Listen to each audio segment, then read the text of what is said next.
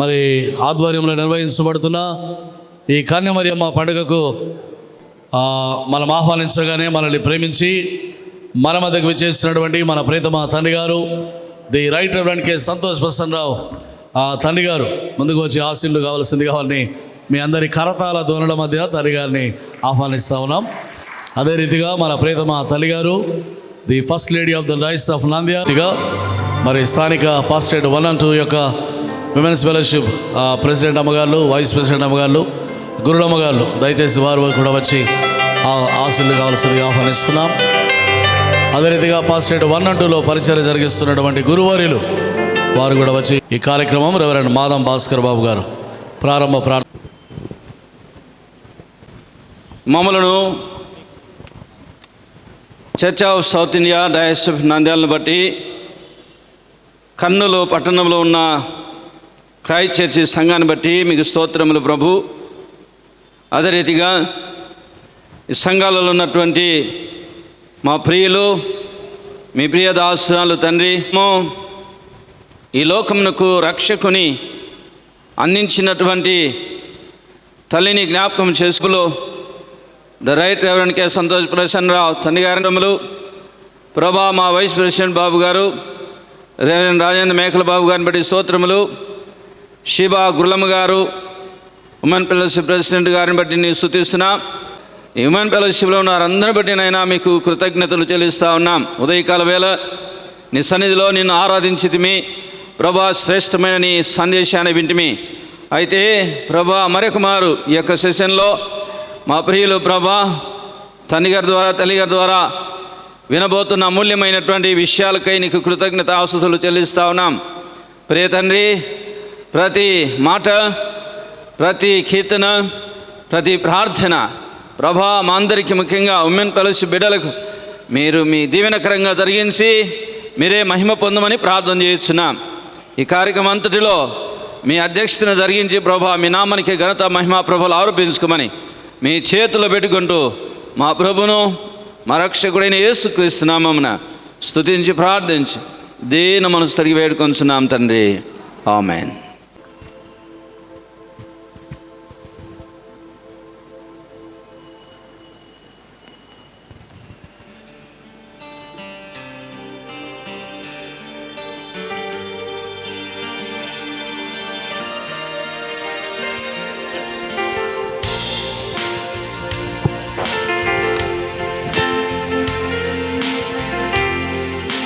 సంఘమంతా నిలుచుండి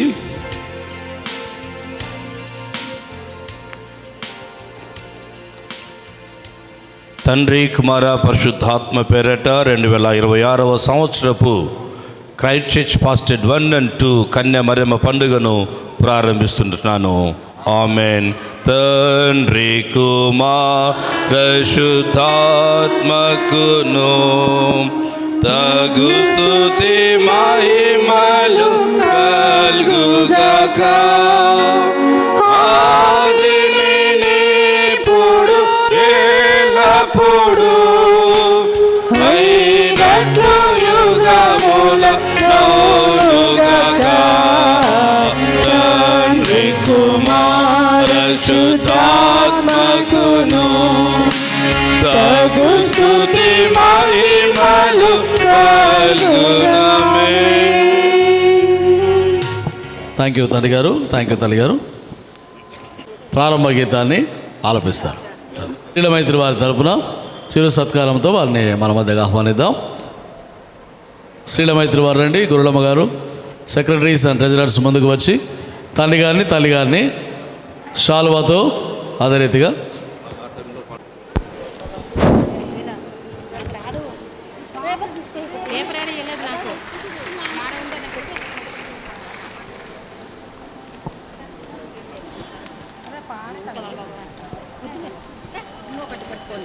ఇంకొకటి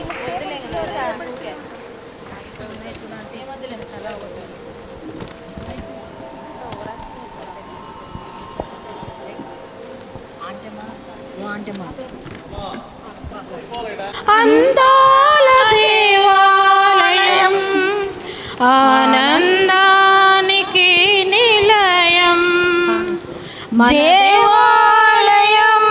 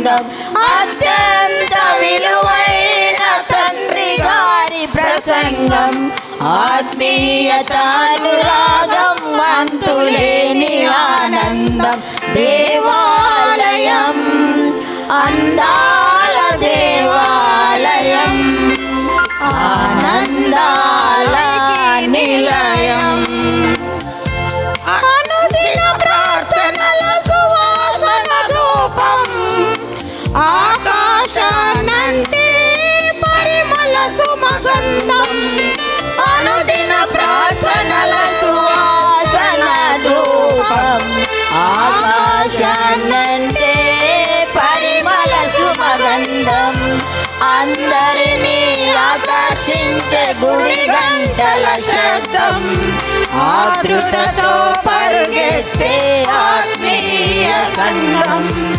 అందరినీ ఆకర్షించే గుడి గంటల శబ్దం ఆతృతతో పరుగెత్తే ఆత్మీయ సంఘం దేవాలయం అందాల దేవాలయం ఆనందాల నిలయం అలనాటి పరిశుద్ధ స్థలం అందమైన తీయని జ్ఞాపకం అలరించే చిన్నారులాది వారపు బడులు అందిస్తాయి బైబిల్ జ్ఞానం అలరించే చిన్నారులాది వారపు బడులు అలరిస్తాయి బైబిల్ జ్ఞానం అతివల సహవాసము అందరి కృషితో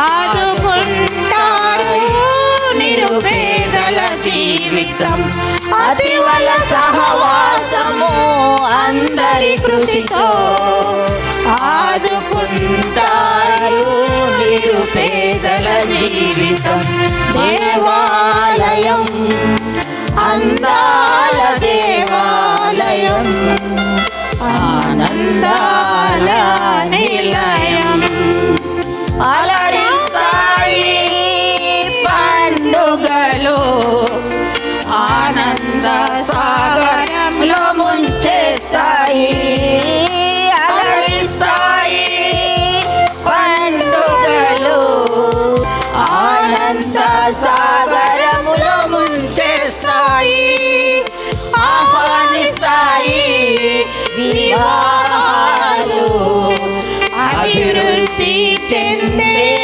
అందమైన కుటుంబాలు ఆహ్వానిస్తాయి వివాహాలు అభివృద్ధి చెందే అందమైన కుటుంబం దేవాలయం అందాల దేవాలయం ఆనందాల నిలయం అలనాటి పరిశుద్ధ స్థలము అందమైన తీయని జ్ఞాపకం దేవాలయం అందాల దేవాలయం ఆనందాల నిలయం. థ్యాంక్ యూ బాబు గారు. థ్యాంక్ యూ అండి. ఈ సమయంలో మొదటి పాఠము బైబిల్ పాఠం చదవగా విందము. యెషయా గ్రంథము 7వ అధ్యాయము 10 నుంచి 14 వచనాలు చదువుకుందాము. యెషయా గ్రంథము 7వ అధ్యాయము 10 నుంచి 14. యెహోవా ఇంకను ఆహాజునకు ఇలాగు సెలవిచ్చెను, నీ దేవుడైన యెహోవా వలన సూచనను అడుగుము. అది పాతాళమంత లోతైనను సరే, ఊర్ధ్వలోకమంత ఎత్తైనను సరే. ఆహాజు నేను అడగను, యెహోవాను శోధింపనని చెప్పగా అతడు ఇలాగు చెప్పెను, దావీదు వంశస్థులారా వినుడి, మనుషులను విసికించుట చాలదననుకుని నా దేవుని కూడా విసికింతురా. కాబట్టి ప్రభువు తానే ఒక సూచన మీకు చూపును, ఆలకించుడి. కన్యక గర్భవతి అయి కుమారుని కని అతనికి ఇమ్మానుయేలను పేరు పెట్టును. ఇంతటితో వాక్యం సరి.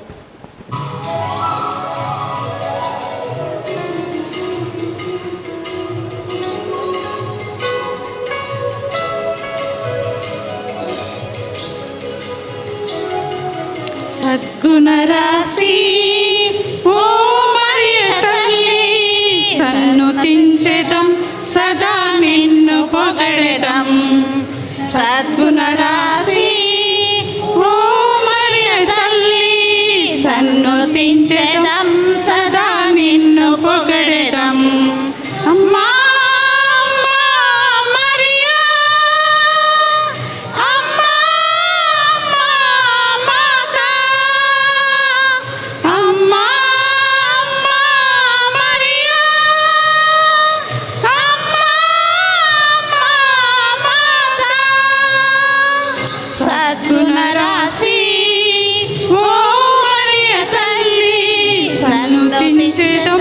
సదా నిన్ను పొగడెదం.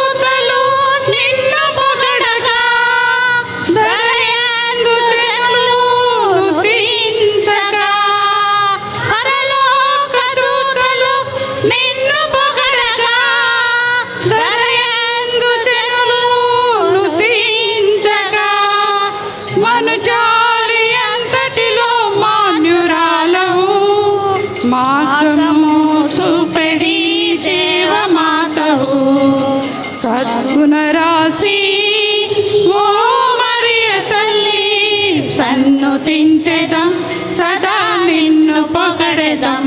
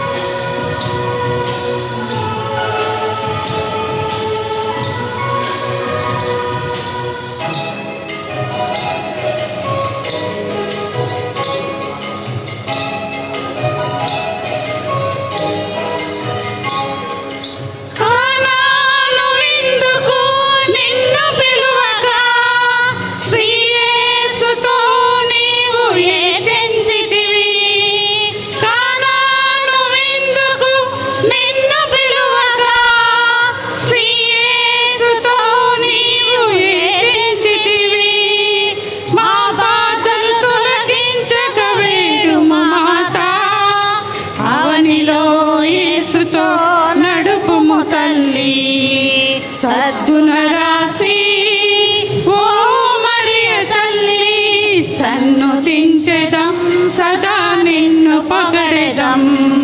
సద్గుణరాశి ఓ మరియ తల్లి సన్నుతించెదం, సదా నిన్ను పొగడెదం. అమ్మా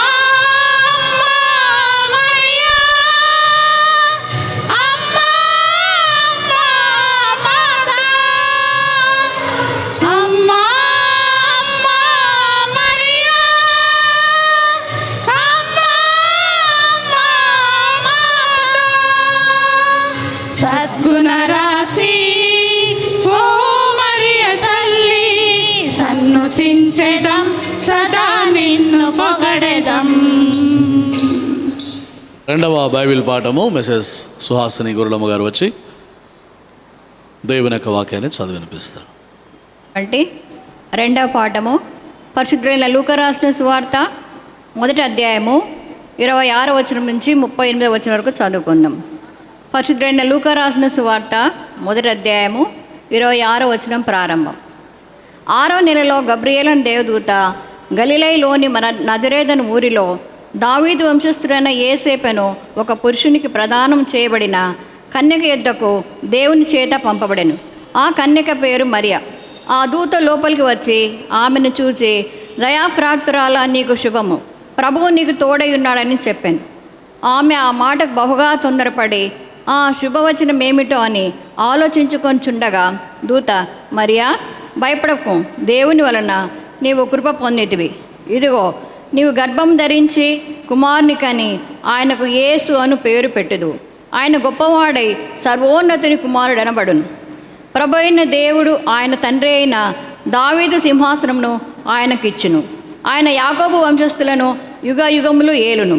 ఆయన రాజ్యము అంతం లేనిదే ఇండునని ఆమెతో చెప్పాను.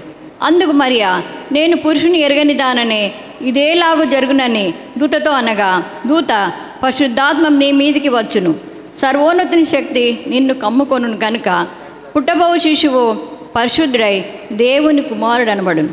మరియు నీ బంధువురాలు ఎలిజబెత్ కూడా తన వృద్ధాప్యమందు ఒక కుమారుని గర్భం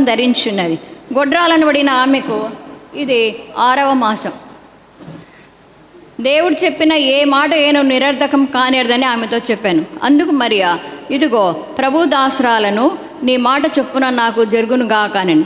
అంతటా దూత ఆమె యొద్ద నుండి వెళ్ళాను. ఈ మట్టుకు రెండో పాఠం సరే. మరి రెండు పాస్టర్ల తరపున యునైటెడ్గా నిర్వహించబడుతున్నటువంటి ఈ కన్యమరియమ్మ పండుగకు విచ్చేసిన మనందరినీ ఉద్దేశిస్తూ తండ్రి గారు మనతో మాట్లాడాల్సిందిగా మన ప్రియతమ తండ్రి గారిని మనందరి తరపున ప్రేమపూర్వకంగా ఆహ్వానిస్తున్నాం. ప్రేమటువంటి దేవుని వారులరా, pastor 1 and 2 deanery chairman Babu గారు రాజేంద్ర బాబు గారికి, మరియు పాస్టర్ 1 and 2 అసోసియేట్ ప్రెస్బిటర్స్కి, 1 and 2 women fellowship president Sheeba Gurlamma గారికి, మరియు 1 and 2 గుర్లమ్మలకును, బోత్ చర్చెస్ ఆఫీస్ బేరర్స్కి, చేరొచ్చిన మీ అందరికీ తండ్రి కుమార పరిశుద్ధాత్మ పేరట కన్యా మరియమ్మ పండుగ శుభములు మీకు తెలియజేస్తున్నాను. నంద్యాల అధ్యక్ష మండలము తరపున మా కుటుంబ పక్షాన మీకు కన్యా మరియమ్మ పండుగ శుభములు తండ్రి కుమార పరిశుద్ధాత్మ పేరట మీకు తెలియజేస్తుంటున్నాను. ప్రియమైనటువంటి వాళ్ళరా, గత సంవత్సరాలలో కన్యా మరియమ్మ పండుగను నేను తల్లిగారు గ్రామాలలో చాలా సంతోషంగా ఉత్సాహంగా జరుపుకున్నాం. ఆ ఉత్సాహం ఎలా ఉంటుందంటే, ఫస్ట్ మిమ్మల్ని చూడాలా, ఎంతమంది వచ్చినారు, వస్తున్నారా లేదా, ఇన్ని గిఫ్ట్లు తెచ్చినాం, సరిపోతాయా లేదా, వీళ్ళందరికీ ఇంకా ఎక్కువైనా తేవాలా, ఇంకా ఎక్కువ తెచ్చి పెట్టుకుందాం. ఇట్లా మేము బాగా ప్రతి కన్యమర పండుగలో చాలా సంతోషం. అది మేము ఇప్పుడు మిస్ అవుతా ఉన్నాం. బిషప్ అయిన తర్వాత అది మిస్ అయినాం.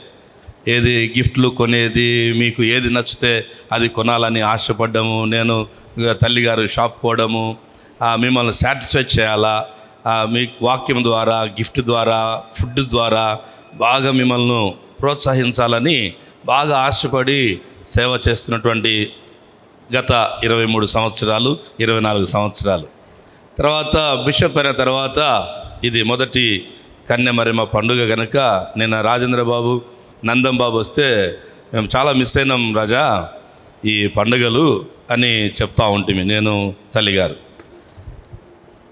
ప్రతి కన్యా మరియమ్మ పండుగకు నేను కొన్ని మాటలు మాట్లాడతాను, కొద్దిసేపు మరి తల్లిగారు కూడా ప్రసంగం చేస్తూ ఉంటుంది చాలా గ్రామాలలో. ఈరోజు పెద్ద విద్యావంతులు మీరంతా, మంచి బైబిల్ జ్ఞానం, ఏదో గ్రామాల్లో చెప్పుకునే మమ్మల్ని తీసుకొచ్చి ఇంత పెద్దవాళ్ళ దగ్గర నిలబెట్టిండే దేవుడు, చాలా సంతోషం. మొట్టమొదటిగా ఉపవాస దినాలలో కన్యా మరియమ్మ పండుగ వస్తుంది కదా. వచ్చినప్పుడు మొట్టమొదటిగా మనకు వచ్చే ఆలోచన ఏంటంటే, ఈ ఉపవాస దినాలు కదా, మనం ఈ సెలబ్రేషన్ చేసుకునేదానికి కొద్దిగా వెనక్కి తీస్తాం. ఎందుకు? పండుగ కదా, ఈ ఉపవాస దినాల్లో పండుగ వాతావరణం ఏంటని. నా ఉద్దేశం ఏంటంటే, ఈ ఉపవాస దినాలలో కన్యా మరియమ్మ పండుగ జరుపుకోవడం మనకు ఆశీర్వాదం. ఈ ఉపవాస దినాల్లో స్త్రీలుగా మీరు ఎక్కువగా ఉపవాసం ఉంటారు, పురుషుల కంటే స్త్రీలు ఎక్కువగా ఉపవాసం ఉంటారు.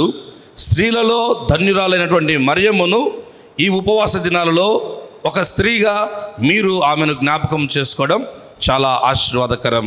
అది మొదటి విషయం. ఈ ఉపవాస దినాలలో ఈ పండుగను జ్ఞాపకం చేసుకోకముందు బైబిల్లో చాలామంది స్త్రీలు ఉపవాసం ఉన్నారు, చాలామంది ఉన్నారు ఉపవాసం. ఈ ఉపవాసం ఉన్న వారిలో ఒక 3 స్త్రీలను నేను మీకు పరిచయం చేస్తాను.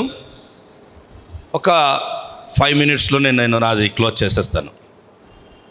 మొదటి స్త్రీ సమూయేలు గ్రంథము, మొదటి గ్రంథము, మొదటి అధ్యాయము 18వ వచనం చదవండి దయచేసి.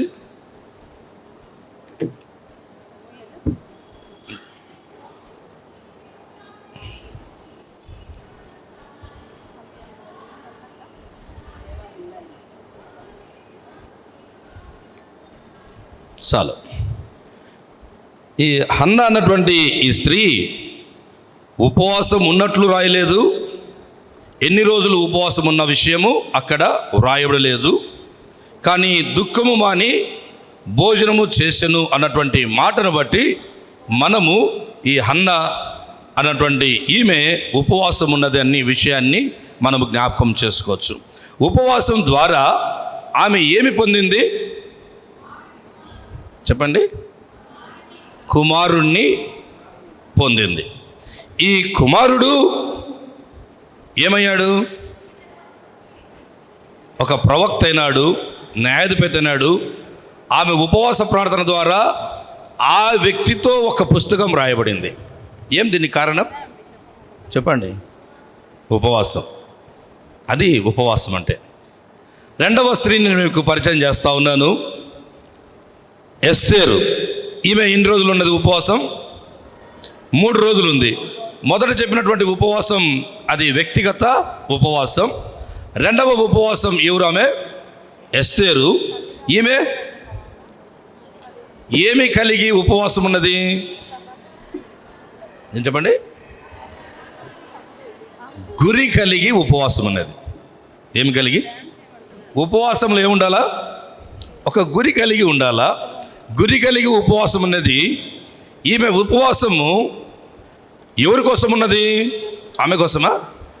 ఆమె ప్రజల కోసము ఉపవాసం ఉన్నట్లుగా మనము చూస్తూ ఉన్నాం. ఈ స్త్రీ ద్వారా బైబిల్లో ఒక పుస్తకమే వ్రాయబడింది. మొదటి స్త్రీ ఉపవాసము ద్వారా ఒక కుమారుణ్ణి ఇచ్చినాడు దేవుడు. తర్వాత ఆమె కుమారునితో ఒక పుస్తకము వ్రాయబడింది. అది వ్యక్తిగత ఉపవాసంగా మనము చూస్తూ ఉన్నాం. ఎస్తేరు జాతి కొరకు ఉపవాసం ఉన్నది. ఉపవాసం ద్వారా తన యూదా ప్రజలను రక్షించుకున్నది. ఆమెతో ఒక పుస్తకము వ్రాయబడింది. మూడవ స్త్రీ నేను మీకు పరిచయం చేస్తూ ఉన్నాను, అన్న. అన్న అన్నటువంటి స్త్రీ లూకాసు వార్తల్లో మనము జ్ఞాపకం చేస్తాం. ఆమెకి ఎన్ని సంవత్సరాలు? 84 సంవత్సరాల వృద్ధాప్యపు గల స్త్రీ ఉపవాసం ఉండి దేవాలయమును విడవక ఉపవాసం ఉండి. దేవాలయమును విడవక ఉపవాసం ఉండడం అంటే అర్థం ఏంటి? దేవుణ్ణి విడిచిపెట్టకుండా ఉపవాసం చేయడం. మనం దేవుణ్ణి విడిచిపెట్టి ఉపవాసం ఉంటాం. దేవాలయం విడవక అంటే మనం దేవాలయంలో రోజంతా కూర్చోలేము కదా. కానీ ఏమి విడిచకూడదు? దేవుణ్ణి వదలకుండా ఉపవాసం ఉన్నది ఈ అన్న అన్నటువంటి వృద్ధాప్యం ఉన్నటువంటి స్త్రీ. ఈమె లోకరక్షకుణ్ణి చూడగలిగింది. ఈయనే మన లోకరక్షకుడని ప్రకటించింది. ఈమె పేరు బైబిల్లో వ్రాయబడింది. 3 స్త్రీలను నేను మీకు పరిచయం చేశాను. మొదటి స్త్రీ ఆమె ఉపవాసం ద్వారా కుమారుణ్ణి, ఆ కుమారుడు ప్రవక్తగా, ఆయనతో ఒక పుస్తకం రాయబడింది. ఎస్తేరు ఉపవాసం ఉంది. ఆమె జాతి కొరకు ఉపవాసం ఉన్నది. ఆమెతో ఒక పుస్తకము వ్రాయబడింది. మూడవ వ్యక్తి వృద్ధురాలు ఉపవాసం ఉన్నది. ఆమె పేరు బైబిల్లో రాయబడింది.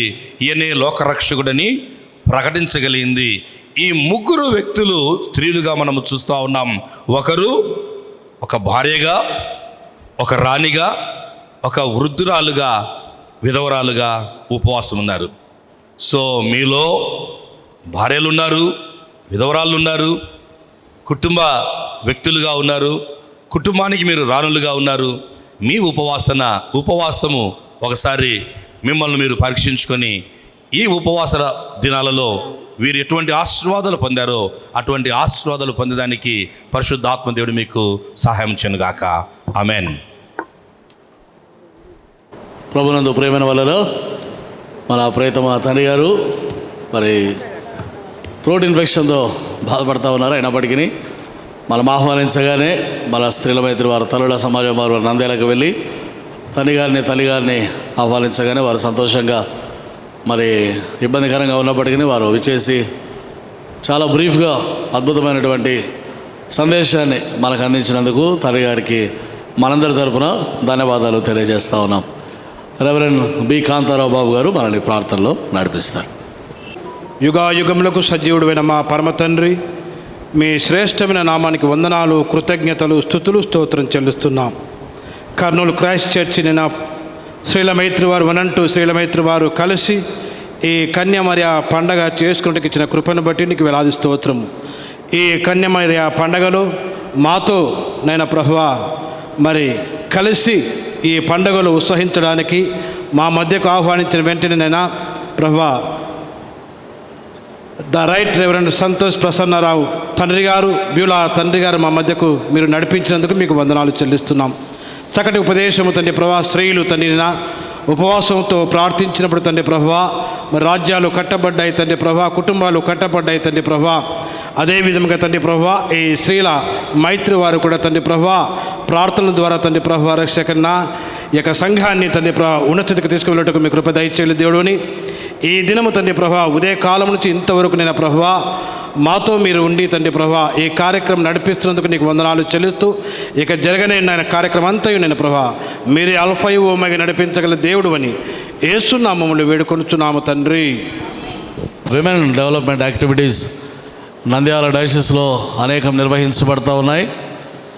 డ్రెస్ మేకింగ్ సెంటర్ అనేది గతంలో నంద్యాలలో శిథిలావస్థలో ఉన్నటువంటి పరిస్థితుల్లో మన ప్రియతమ తల్లిగారు దాన్ని ప్రత్యేకమైనటువంటి శ్రద్ధ తీసుకొని దాన్ని రూపురేఖలు మార్చేసి అక్కడ సెంట్రల్ గవర్నమెంట్ వారి యొక్క సహకారంతో ఒక సెంటర్ ఏర్పాటు చేసి ప్రతి నెల ఒక 30 మంది స్త్రీలకు అక్కడ ఆయా రకాలైనటువంటి కార్యక్రమాలు, ట్రైనింగ్ ప్రోగ్రామ్స్ నిర్వహించబడుతూ ఉన్నాయి.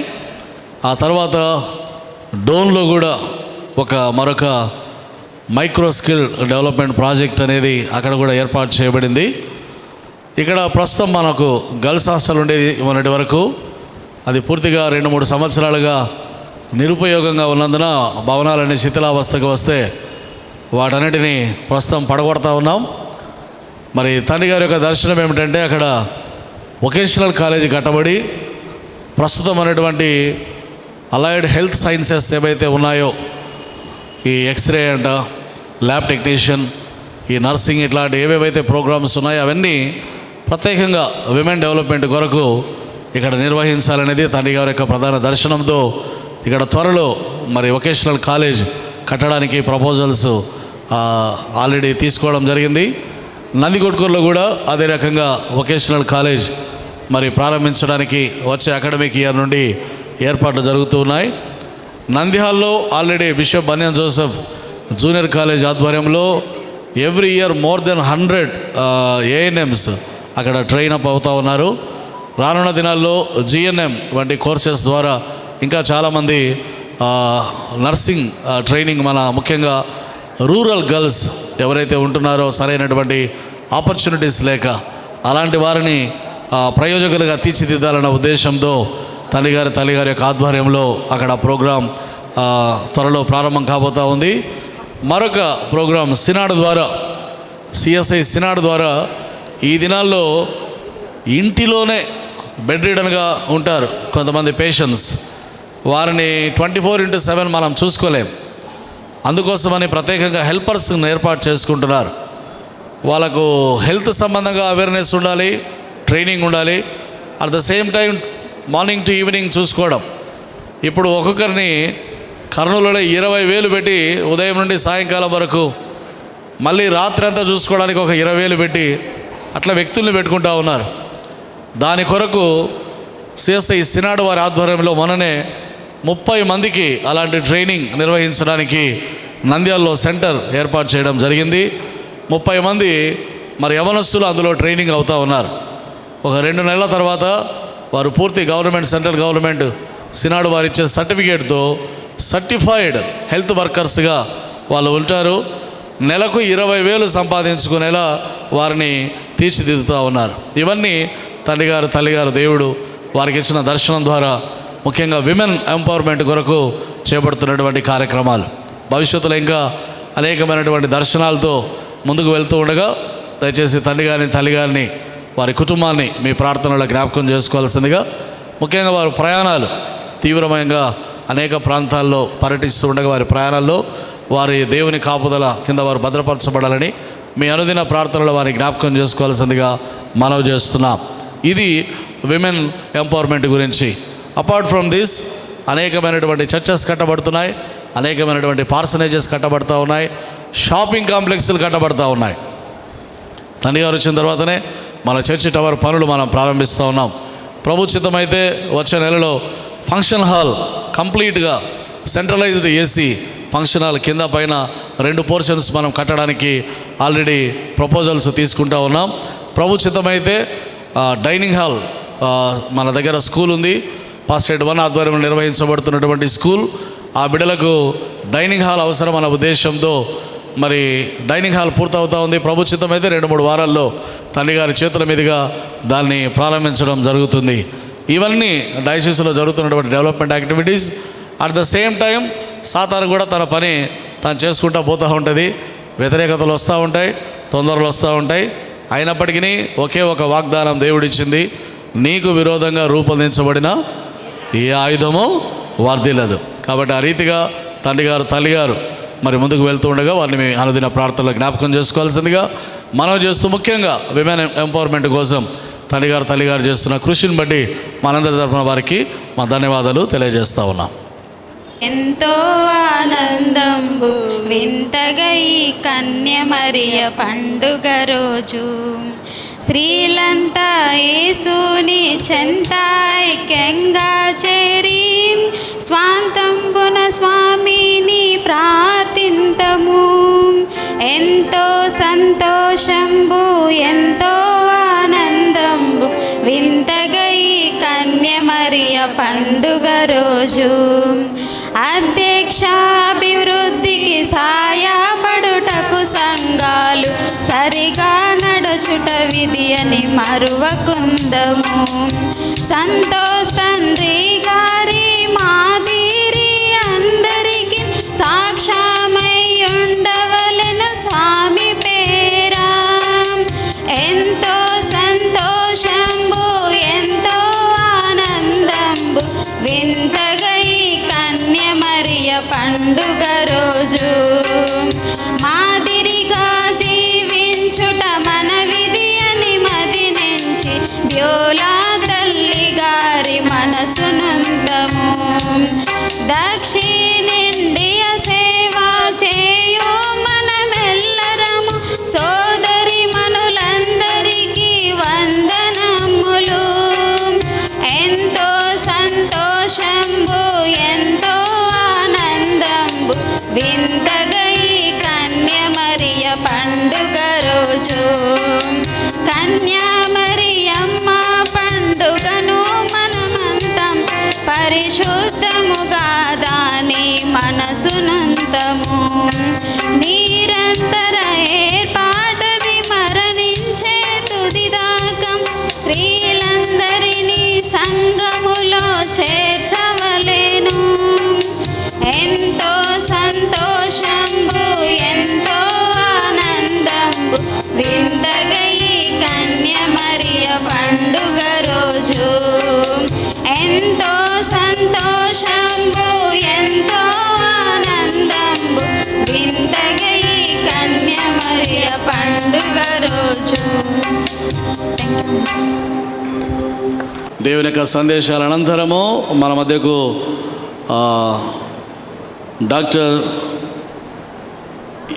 వై కుసుమ గారు వస్తారు. ఎంబీబీఎస్ ఎంఎస్ వీరు consultant gynaecologist and laparoscopic surgeon KIMS హాస్పిటల్లో. వారు బిఫోర్ లంచ్ వారు వచ్చి మనకు హెల్త్ సంబంధంగా స్త్రీలకు అవసరమైనటువంటి కొన్ని అవేర్నెస్ విషయాలు వారు మనకు తెలియజేస్తారు. వచ్చిన ప్రియతమ తండ్రి గారికి తల్లి గారికి పాస్టర్స్ అందరికీ గుర్లంబలకి సెక్రటరీస్ అండ్ ట్రెజరర్స్ చేరొచ్చిన అందరికీ వందనాలు చెల్లించుకుంటున్నా. ఇంతసేపు షార్ట్ అండ్ స్వీట్గా తండ్రి గారు మంచి మెసేజ్ ఇచ్చారు కదా.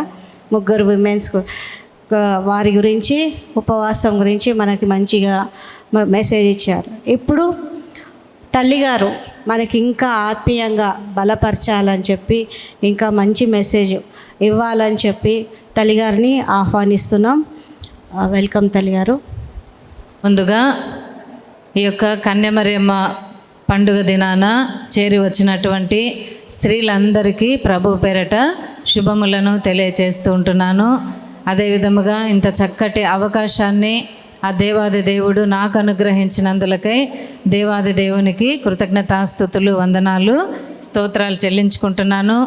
మరి ఈ యొక్క 2026 సంవత్సరం ఈ కన్యమరియమ్మ పండుగకు వాక్యాన్ని అందించుటకు మరి నన్ను ప్రేమతో ఆహ్వానించినటువంటి మరి Kurnool Christ church pastorate 1 and 2 deanery chairman Babu గారు అయినటువంటి రాజేంద్ర బాబు గారికి, అదేవిధముగా షీబా గురులమ్మ గారికి నిండు మనస్సుతో వందనాలు చెల్లించుకుంటున్నాను. అదేవిధముగా మరి భాస్కర్ బాబు గారికి, కృపమ్మ గురులమ్మ గారికి మరి వందనాలు చెల్లిస్తూ ఉంటున్నాను. అదేవిధముగా కాంతారావు బాబు గారికి, భారతి గురులమ్మ గారికి కూడా ప్రేమతో వందనాలు చెల్లిస్తుంటున్నాను. అదేవిధముగా స్వరూప్ బాబు గారు, భారతి గురులమ్మ గారికి వందనాలు చెల్లిస్తున్నాను. థామస్ బాబు గారికి, ప్రవీణ గురులమ్మ గారికి కూడా వందనాలు చెల్లిస్తుంటున్నాను.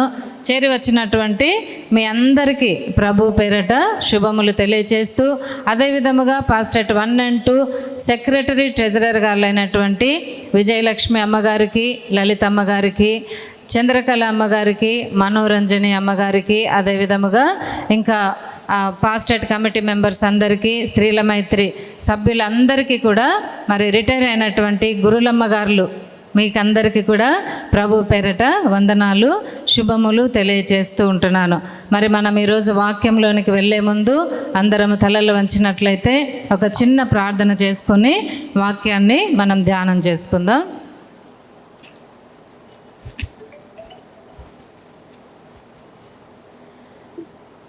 ఎవరు నా భక్తికి హితమైనటి పునాది, ఎవరు నా కంఠంబునే తెన్పాటలతో, ఎవరు నా పాపముల భారమునెత్తికొనిదే ఉనికి నాకుంచి వరకున్ స్నేహంబు కల్పిరి సిల్వ పడ్డ యేసుక్రీస్తే నాకింత ప్రోత్సాహ నందంబుల్ కల్గుట కేకర్త ఘనమైన హేతువయ్యుండు,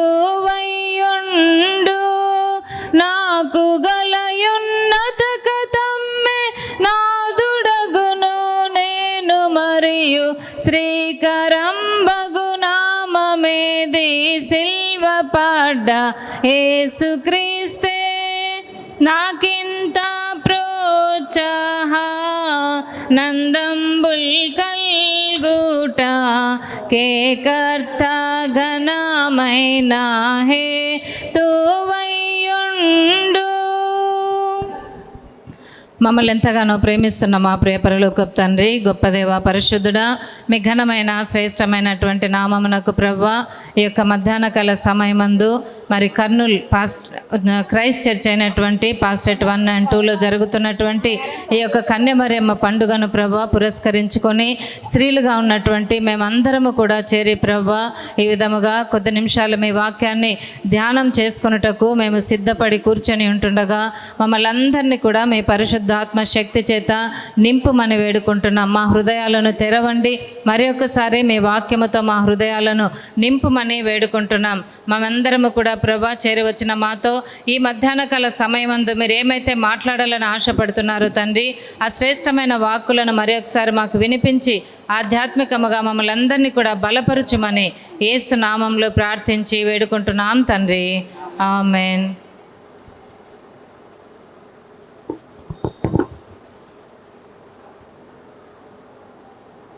మరి ఒకసారి ఈ యొక్క కన్యమరియమ్మ పండుగకు చేరి వచ్చినటువంటి అందరికీ శుభములను తెలియచేస్తూ ఉంటున్నాను.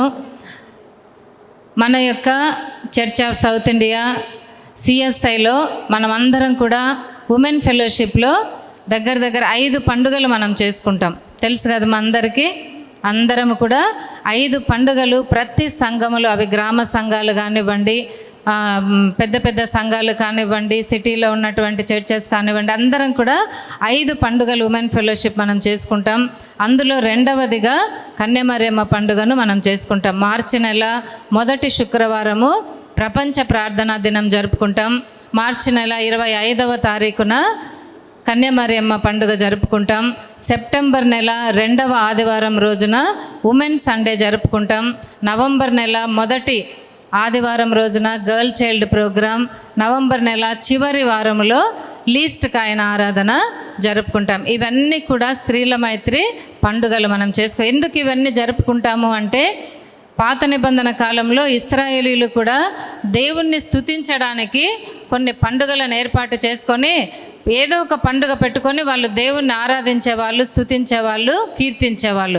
ఇప్పుడు కూడా మనం అందరం కూడా ఆదివారం నుండి ఆదివారం వరకే ఉంటే మనకేం తెలియదు కదా. ఓన్లీ ఆ రోజు వాక్యం వింటాము, తర్వాత ఖాళీగా మనం ఉంటాం. కాబట్టి సంవత్సరం అంతా కూడా ఈ 5 పండుగలు చేసుకుంటూ మళ్ళీ మధ్యలో మదర్స్ డే అంటూ, ఉమెన్స్ డే అంటూ, ఇంకా కొన్ని ఆధ్యాత్మిక కార్యక్రమాలు, VBS అంటూ, ఈ విధంగా యూత్ ఫెలోషిప్ అంటూ చేసుకుంటూ ఉంటే ప్రతిరోజు కూడా ఏదో ఒక కార్యక్రమం మన సంఘాల్లో జరగడము, ప్రతిరోజు కూడా దేవుని నామాన్ని మనం మహిమపరచడము, ప్రతిదినము కూడా దేవుని వాక్యము చేత మనల్ని మనం బలపరుచుకోవడము, ప్రతిరోజు ఆయన చేసిన మేలులను జ్ఞాపకము చేసుకోవడము, ఇవన్నీ కూడా మన జీవితాల్లో జరుగుతూ ఉంటే దేవుడు ఇంకా కూడా మనల్ని ఆశీర్వదించి అభివృద్ధి పరచడానికి అవకాశం ఉంటుంది. కాబట్టి ఈరోజు మనం ఈ కన్యమరియమ్మ పండుగ ప్రతి సంవత్సరం కూడా మార్చి నెల 25వ తారీఖున జరుపుకుంటాం. ఎందుకు 25వ తారీఖున జరుపుకుంటామంటే మనందరికీ తెలుసు కదా, మార్చి నెల 25 నుండి డిసెంబర్ నెల 25కి వచ్చేసరికి 9 నెలలు అవుతుంది. ఆ 9వ నెలలో యేసుక్రీస్తు ప్రభుల వారు లోక రక్షకుడిగా ఈ లోకంలోనికి జన్మించాడు అనేటువంటి ఉద్దేశంతో ఈ యొక్క మార్చి నెల 25వ తారీఖున కన్యమరియమ్మను దూత దర్శించడము, తను కన్సీవ్ కావడం అనేటువంటి విషయాన్ని మనం జ్ఞాపకం చేసుకొని ఆ యొక్క కన్యమరియమ్మ పండుగను మనం అందరము కూడా జరుపుకుంటూ ఉంటాం. సో ఎందుకు జరుపుకోవాలి, ఈ మరియమ్మను ఎందుకు జ్ఞాపకం చేసుకోవాలి? అందరూ స్త్రీల గురించి మనం జ్ఞాపకం చేసుకుంటాం కదా. బైబిల్లో ఎంతోమంది ఉన్నారు. రూతు ఉంది, ఎస్తేరు ఉంది, రిబ్కా ఉంది, సారా ఉంది, హవ్వ ఉంది. తర్వాత నూతన నిబంధనలో కూడా అనేక మంది స్త్రీలు ఉన్నారు. ఈ స్త్రీల గురించి ధ్యానం చేసేటప్పుడు మనం పండుగ చేసుకోము, కేవలం ఉమెన్ ఫెలోషిప్లో వాళ్ళ గురించి మనము మాట్లాడుకుంటాము, వాళ్ళ గురించిన అనేకమైన విషయాలు తెలియదు. ఎందుకు ఒక కన్యమరియమ్మ గురించే మనము పెట్టుకొని ఇంత గొప్పగా పండుగలాగా అందరూ చేసుకుంటారు అంటే కారణం చెప్పండి. లోక రక్షకుడిని ఈ లోకంలోనికి తీసుకువచ్చినటువంటి ప్రప్రదమైనటువంటి పాత్ర వహించినటువంటి స్త్రీ కాబట్టి ఆమె గురించి మనము ధ్యానం చేసుకొని, ఆమె చేసిన పని చిన్నది కాదు కదా. ఆమె చేసింది ఎటువంటి పని? ప్రపంచానికి అంతా కూడా క్రిస్మస్ ఆనందము తీసుకొచ్చినటువంటి వ్యక్తి ఎవరు అంటే కన్యమరియమ్మనే కదా. ప్రపంచానికి అంతటికి రక్షకుణ్ణి తీసుకొని వచ్చిన వ్యక్తి ఎవరు అంటే మరియమ్మనే. ప్రపంచానికి అంతటికీ పాపము నుండి, దాస్యము నుండి విడిపించుటకు ఒక రక్షకుని లోనికి తీసుకొని వచ్చి మనమందరం కూడా ఈరోజు సంతోషంగా ఉండడానికి కారణం ఎవరయ్యారు అంటే మరియమ్మ గారు తీసుకున్నటువంటి ఆ ఒక్క నిర్ణయము ద్వారా ఈరోజు మనం అందరం కూడా సంతోషంగా దేవుని దగ్గర స్వతంత్రంగా ప్రార్థన చేయడానికి అవకాశం దొరికింది. కాబట్టి అటువంటి లోక రక్షకుడిని ఈ లోకంలోనికి తీసుకురావడానికి మరి ఒక ప్రధాన పాత్ర పోషించినటువంటి స్త్రీ కాబట్టి ఆమె గురించి, యేసుక్రీస్తు ప్రభువుల వారి తల్లి గురించి మనం ధ్యానం చేసుకుంటా ఉన్నాం. కాబట్టి అది అంత ఈజీగా కాకుండా ఒక ఆర్భాటముతో గొప్పగా ఒక పండుగలాగా మనము చేసుకోవాలి అన్నది దేవుని యొక్క ఉద్దేశం. మనం పండుగ మాత్రమే చేసుకుంటా ఉన్నాం, ఆమెలో సుగుణాలను ధ్యానం చేసుకుంటా ఉన్నాం, ఆమెను మనము పూజ చేయడంలో. చాలామంది అనుకుంటారు, ఏమబ్బా మేము గ్రామ సంఘాల్లో ఈ పండుగ చేసినప్పుడు మరియమ్మ పండుగ మనం ఎందుకు అమ్మ అని అనేవాళ్ళు. మనం ఇది పండుగ అంటే అమ్మగారిలో ఉన్న సుగుణాలను జ్ఞాపకం చేసుకొని ఒక ఫెలోషిప్ ఇదంతా మనం మళ్ళీ ఒకసారి అందరం కలుసుకొని ఇట్లా ఉండడం, అంతేకాని ఆమెను మనమే పూజ చేయడం లేదు. కానీ ఆమెలో ఉన్న సుగుణాలు మనలో కూడా ఉన్నాయో లేదో పరీక్షించుకోవాలా. యేసుక్రీస్తు ప్రభువుల వారు భూలోకాన్ని అంతా దర్శించినప్పుడు నేను రావడానికి ఎవరైనా ఒక వ్యక్తి గర్భము నాకు దొరికితే బాగుండు అని 400 సంవత్సరాలు ఎదురు చూసిన తర్వాత ఆయనకు దొరికినటువంటి ఒకే ఒక స్త్రీ ఎవరు అంటే మరియమ్మ కాబట్టి అటువంటి ఆ మరియమ్మను యేసయ్య చూస్ చేసుకున్నాడు దేవుడు అంటే ఆమెలో ఉన్నటువంటి గుణాలు మామూలువి కాదు, చాలా ప్రత్యేకమైనటువంటివి. కాబట్టి అటువంటి గుణగణాలు ప్రతి స్త్రీలో ఉంటే ఈరోజు కూడా మన హృదయాల్లో ప్రభువు జన్మించడానికి సిద్ధంగా ఉన్నాడు. ఆ రోజు మానవ ఆకారంలో ఆమె గర్భంలో జన్మించిండు ప్రభువు. ఈరోజు మనందరిలో జన్మించాలి అంటే పరిశుద్ధాత్మ రూపములో మన హృదయాలలో జన్మించడానికి సిద్ధంగా ఉన్నాడు. కాబట్టి అందరు ఇట్లా చూడండి కాబట్టి మనము కూడా అటువంటి సుగుణాలను కలిగి ప్రభువును ఆరాధిస్తూ ఆ విధంగా జీవిస్తే ప్రభువు మన హృదయాల్లో కూడా జీవించడానికి సిద్ధంగా ఉన్నాడు. అందుకనే ఈ యొక్క కన్యమరియమ్మ పండుగను ప్రతి సంవత్సరం మనం జరుపుకుంటాం. ఇంకొక విషయం కూడా ఉంది. ఇంకా ఎందుకు ఈ పండుగ జరుపుకుంటాము అంటే మరి పరిశుద్ధుడైన లూకా రాసినటువంటి సువార్త, లూకా రాసిన సువార్త 1వ అధ్యాయము 49వ వచనం చదవండి.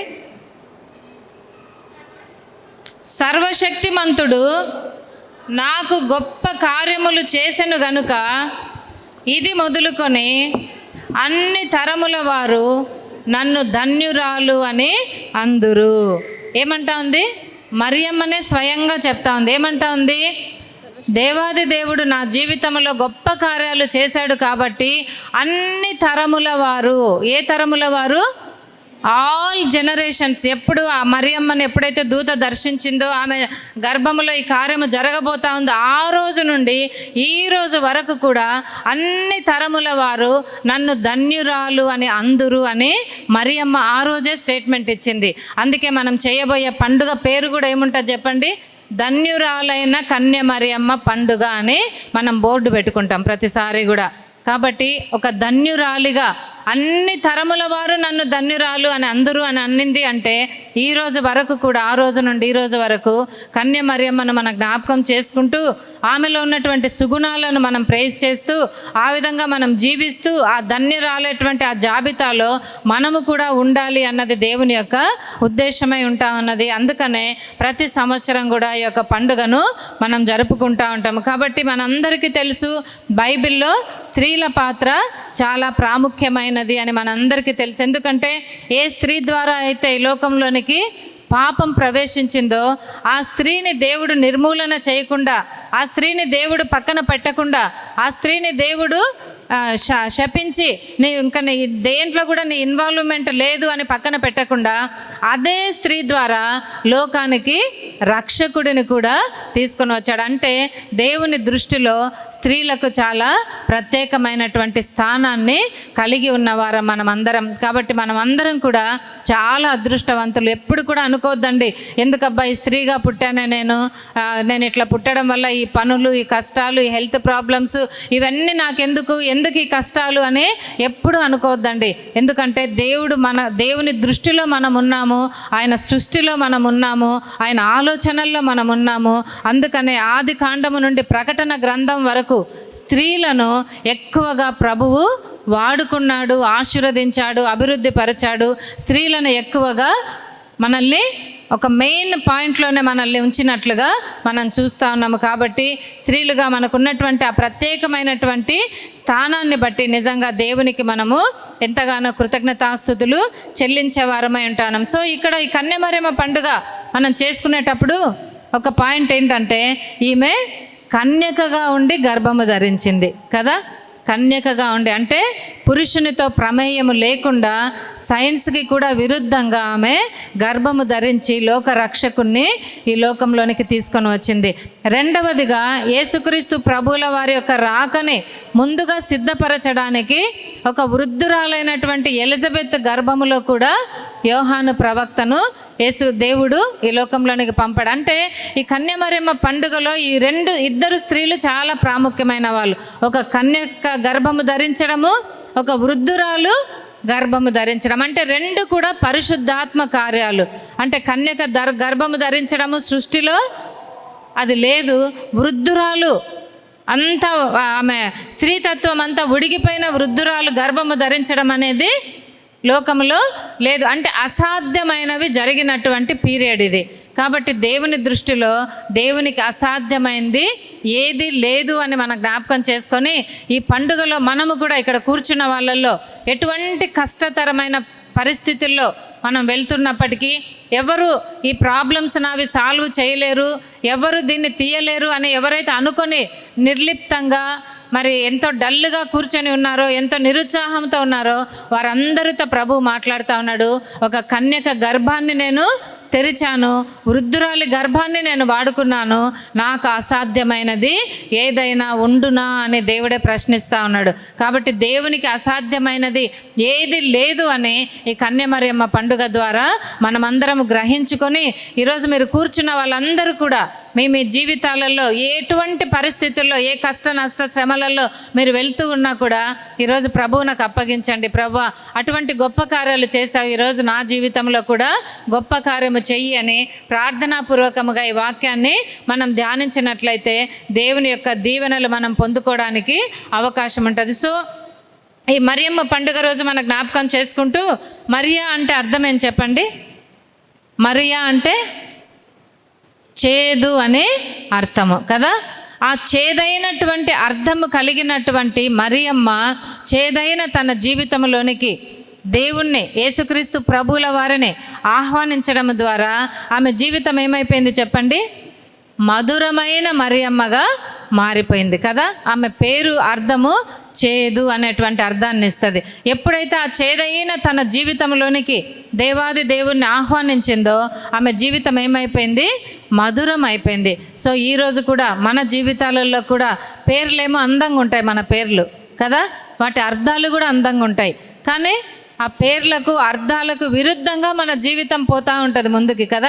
కొంతమంది జీవితాల్లో మన అర్థము శాంతి అని పెట్టింటారు, కానీ మన జీవితం అంతా అశాంతితోనే ఉంటుంది కదా.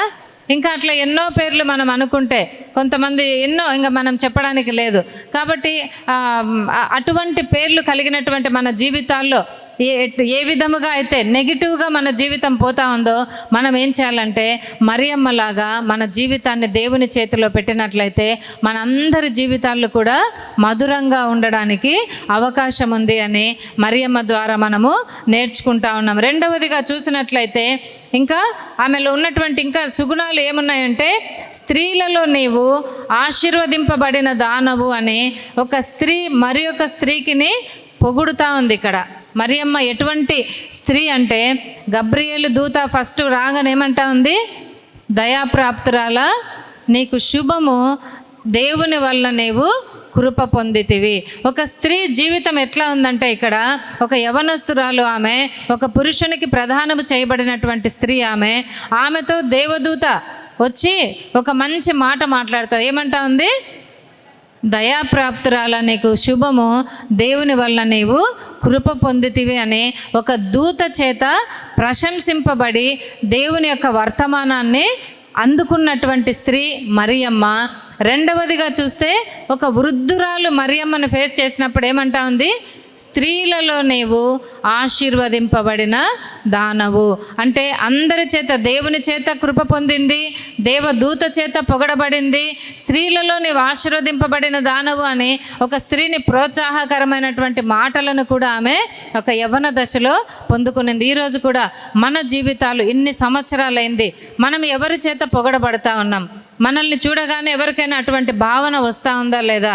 మనల్ని చూడగానే దేవుని వల్ల నువ్వు కృప పొందినావు, లేకపోతే నువ్వు దేవుని చేత ఆశీర్వదింపబడినావు, లేకపోతే స్త్రీలలో నువ్వు ఆశీర్వదింపబడినావు అని ఒకరిని ఒకరు మనం ప్రోత్సహించుకునే రీతిలో ఉన్నామా లేదా అని మనల్ని మనము పరీక్షించుకొని ఆ విధంగా ఉండాలి అని మరియమ్మ ద్వారా మనము నేర్చుకుంటా ఉన్నాము. కాబట్టి దేవుని చేత కృప పొందినటువంటి స్త్రీగా మరియమ్మను మనం చూస్తూ ఉంటాం. ప్రతి సంవత్సరము కూడా మరియమ్మ గురించి మనం ధ్యానం చేసినప్పుడు ఆమెను ఏమని ధ్యానం చేస్తాం చెప్పండి? ఆమె దీనురాలు కదా, దయాప్రాప్తురాలు, దేవుని చేత కృప పొందినటువంటి స్త్రీ, నిందలను భరించినటువంటి స్త్రీ, ఈ విధంగా అనేకమైనటువంటి అంశాలను మనం రెగ్యులర్గా ధ్యానం చేస్తూ ఉంటాం. సో ఇంకొక కోణంలో కూడా మనం మరియమ్మను జ్ఞాపకం చేసుకున్నట్లయితే ఇంకా ఆమెలో ఉన్నటువంటి లోతైనటువంటి సుగుణాలు మనం ధ్యానించినట్లయితే, మొట్టమొదటిగా పరిశుద్ధుడైన లూకా రాసిన సువార్త 1వ అధ్యాయము 38వ వచనం చూడండి. అందుకు మరియా, నీ మాట చొప్పున నాకు జరుగునుగాక. ఏమంటా ఉంది మరియమ్మ? దేవదూత వచ్చింది, అమ్మ ఇట్లా యేసయ్యకు దేవునికి నీ గర్భము కావాలంట, నువ్వు పరిశుద్ధాత్మనికి జన్మనివ్వాలి అంటే వెంటనే ఆమె విని ఏమంటా ఉంది? ఫస్ట్ అయితే సందేహము వ్యక్తం చేస్తుంది, అయ్యో నేను పురుషుని ఎరుగని దాననే అని ఒక చిన్న డౌట్ ఉంటే డౌట్ క్లియర్ చేసుకుంటుంది. ఆ డౌట్కి ఆమె అంత ఆన్సర్ చెప్పగానే దూత వెంటనే ఏమంటా ఉన్నది? నీ మాట చొప్పున నాకు జరుగునుగాక. ఈ ఒక్క మాట మరియమ్మ అనడం ద్వారా ఆమె చరిత్రనే మార్చేసింది కదా. ఈ ఒక్క మాట ద్వారానే చరిత్రనే మార్చేసింది. ఆ రోజు ఆమె అనకపోతే ఈరోజు లోకరక్షకుడు రాలేడు. ఆయన రాకపోతే మన జీవితాల్లో పాప విమోచన, పాప క్షమాపణ లేదు. ఈరోజు మన జీవితాలు మరణానికి, శాపానికి గురై ఉండేటివి. సో ఆ రోజు ఒక యవనస్తురాలు, ఎవరు ఆమె? చాలా యంగ్ అమ్మాయి, టీనేజ్ అమ్మాయి, ఒక పురుషునికి ప్రదానము చేయబడి త్వరలో పెళ్లి కొరకు సిద్ధపడతా ఉన్నటువంటి అమ్మాయి కదా. ఒక పురుషునికి ఎంగేజ్మెంట్ అయింది ఆమెతో అంటే మన ఇంట్లో ఆడపిల్లలు ఎట్లుంటారు చూడండి, ఆలోచించండి. మన ఇంట్లోనే మన కుమార్తెకి ఎంగేజ్మెంట్ చేసినాం, చేయంగానే మరుసటి రోజు నుండి ఎట్లుంటాయి మన ఇంట్లో? ఇంకా ప్రార్థన ఏమో చేస్తాం కానీ ఎక్కువ ఏముంటాయి ఇంకా? ఇప్పుడైతే మనకు అన్నీ అవి ఉన్నాయి, యాప్స్ ఉన్నాయి, అన్నీ ఉన్నాయి కదా. ఏ జ్యువెలరీస్కి పోవాలా, కళ్యాణ్ జ్యువెలరీసా, జాయ లుకాసా, లేకపోతే పట్టు చీరలకు ఎక్కడ పోవాలా, ఏం చీరలు కొనాలి, మేకప్ వాళ్ళని ఎవరిని పిలవాలి, మన పిల్లలు మెహందీ ఫంక్షన్ ఎట్లా చేసుకోవాలి, దానికి డిజైనింగ్ ఎట్లా పెట్టుకోవాలా, ఇవే ఉంటాయి. రేపు పెళ్ళి అంటే కూడా ఈరోజు రాత్రి వరకు అవే కార్యక్రమాలు, అవే మాటలు, అవే పనులు కదా, అవే ఉంటాయి. ఎప్పుడు మళ్ళీ దేవుడు గుర్తొచ్చేది?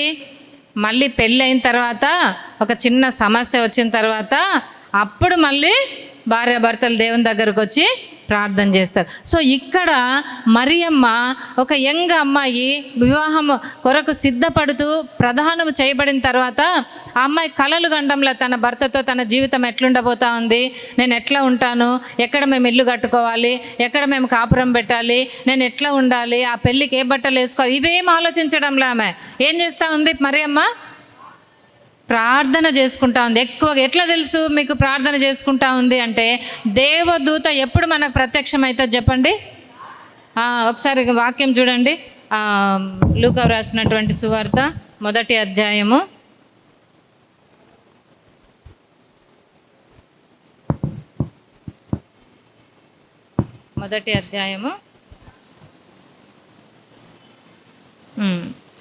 28వ వచనం చూడండి. ఆ దూత లోపలికి వచ్చి, చాలుమా ఎక్కడికి వచ్చింది ఆమె? మనం టకటకా చదువుతా పోతాం కదా. ప్రతి పదములో ఒక మెసేజ్ ఉంటుంది దేవుని వాక్యంలో, ఒక చిన్న పదములో కూడా మెసేజ్ ఉంటుంది. ఆ దూత ఎక్కడికి వచ్చింది? లోపలికి వచ్చింది. లోపలికి వస్తే మరియమ్మ ఎక్కడుంది? లోపల ఉంది. ఈరోజు మనం ఎక్కడ ఉంటాం చెప్పండి? స్త్రీలుగా మన యజమానులు డ్యూటీలకు వెళ్ళిపోతే ఇంకా మనం ఇంట్లో ఉంటామా? ఏదో ఒక పనులు మనకి మనమే కల్పించుకుంటాం. ఆ షాపింగ్ అని, ఈ షాపింగ్ అని, అక్కడికని ఇక్కడికని, లేకపోతే ఏమి టైంపాస్ కావడం లేదు, ఏం పొద్దుపోవడం లేదు అనేసి ఏదో ఒకటి మనకి కదా. కానీ మరియమ్మ ఒక పురుషునితో ఎంగేజ్మెంట్ అయింది, అయినా కూడా ఒక యవనస్తురాలు, ఒక మంచి యవనంలో ఉన్నటువంటి స్త్రీ అయినా కూడా ఆమె ఎక్కడుంది?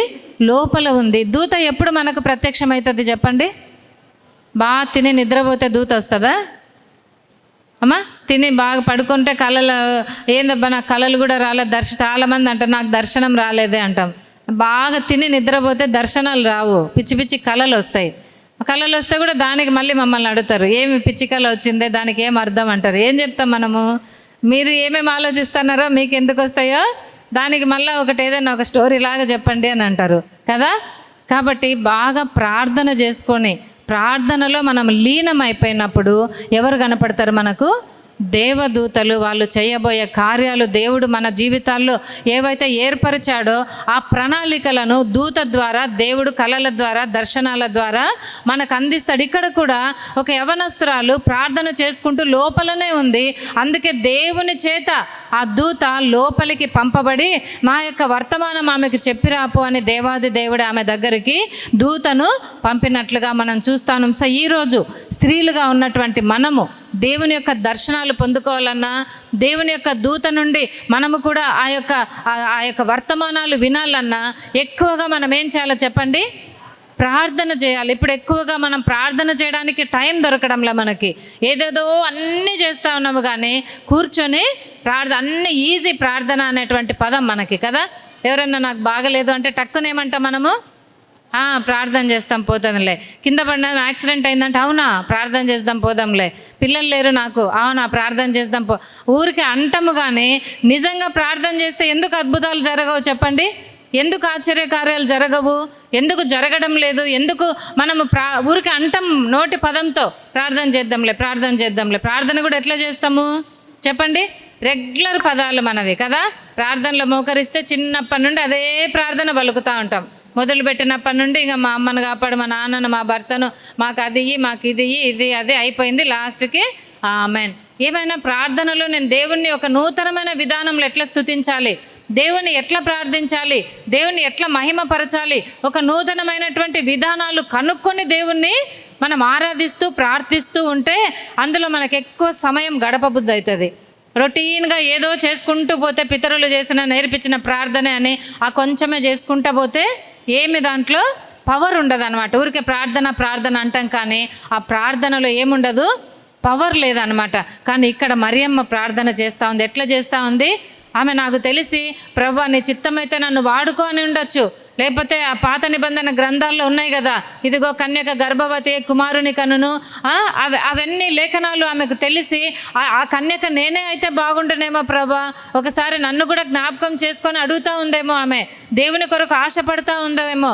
అందుకనే దేవుడు ఆమె ఆశను తీరుస్తూ ఇదిగో దయాప్రాప్తురాల నీకు శుభము అని దేవుని దూత ద్వారా వర్తమానాన్ని మరియమ్మ అందుకునింది. కాబట్టి ఈరోజు కూడా మన జీవితాల్లో కూడా గొప్ప కార్యాలు జరగాలి అంటే ఏదో ప్రార్థన అని టూకీగా అనొద్దండి, అంత ఈజీగా తీసుకోవద్దండి. పాత నిబంధన కాలంలో ప్రార్థనలు చేస్తే ఆకాశాలు మూయబడ్డాయి, ప్రార్థనలు చేస్తే ఆకాశాలు తెరవబడ్డాయి, ప్రార్థనలు చేస్తే గర్భాలు తెరవబడి పిల్లలు కన్నారు, ప్రార్థన చేస్తే గర్భాలు మూయబడ్డాయి. ఎన్నో అద్భుత ఆశ్చర్య కార్యాలు ప్రార్థన ద్వారా జరిగినట్లుగా ఈరోజు ఎందుకు జరగడం లేదు అంటే మన ప్రార్థన జీవితంలో అంత శక్తివంతమైన ప్రార్థన మనము చేయడం లేదు. మనము చెయ్యము, ఎవరికి చెప్తాం చెప్పండి? అందరికీ చెప్తాం ఫోన్ నెంబర్లు ఇచ్చి కదా, మా కోసం ప్రార్థన. మీరు మాత్రం ఏం చేస్తారు? కరెక్ట్ టయానికి సీరియళ్ళు చూడాల్సిందే, కరెక్ట్ టయానికి షాపింగ్ చేయాల్సిందే, కరెక్ట్ టయానికి వాళ్ళతో వీళ్ళతో ముచ్చట్లు పెట్టాల్సిందే, రోజు ఫోన్లో మాట్లాడాల్సిందే. కానీ మీకోసం ఎవరు ప్రార్థన చేయాలా? ఎక్కడో సేవకులు ఉంటే వాళ్ళు ఏదో అద్భుతాలు జరిగినాయని చెప్తా ఉంటే వాళ్ళకు మళ్ళీ మనము మెసేజ్లు పెట్టి చెప్తా ఉంటాం. తప్పు అని చెప్పడంలా, వాళ్ళకు పంపే ముందు నీ ప్రార్థనా జీవితము కరెక్ట్గా నువ్వు చూసుకొని, మరియమ్మ ఏ విధంగా అయితే లోపలే ఉండి దేవునితో ఎక్కువ సమయం, ఒక దూతనే లోపలికి వచ్చింది అంటే ఇమాజిన్ చేసుకోండి ఆమె ప్రేయర్ లైఫ్ ఎంత పవర్ఫుల్గా ఉందో. సో ఈరోజు కూడా సమయం వృధా చేయొద్దండి. రానున్న దినాల్లో ఈ సమయం కూడా మనకు దొరకదు అని దేవుని వాక్యం చెప్తా ఉంది. సమయం ఉన్నప్పుడే మన జీవితాలను చక్క పెట్టుకొని, అందుకే హిజ్కియాకు యెషయా ప్రవక్త వచ్చి నువ్వు చనిపోతావు, ఇంకా నీకు రోగం వచ్చింది, నువ్వు ఒక రోజులో చనిపోతావు అని చెప్పి ఆయన ఆ హాలు ఆ యొక్క ఉన్నటువంటి అంతఃపురము దాటి ఆ బయటికి వెళ్ళే లోపలే ఆ హిజ్కియా ఏం చేస్తా ఉన్నాడు?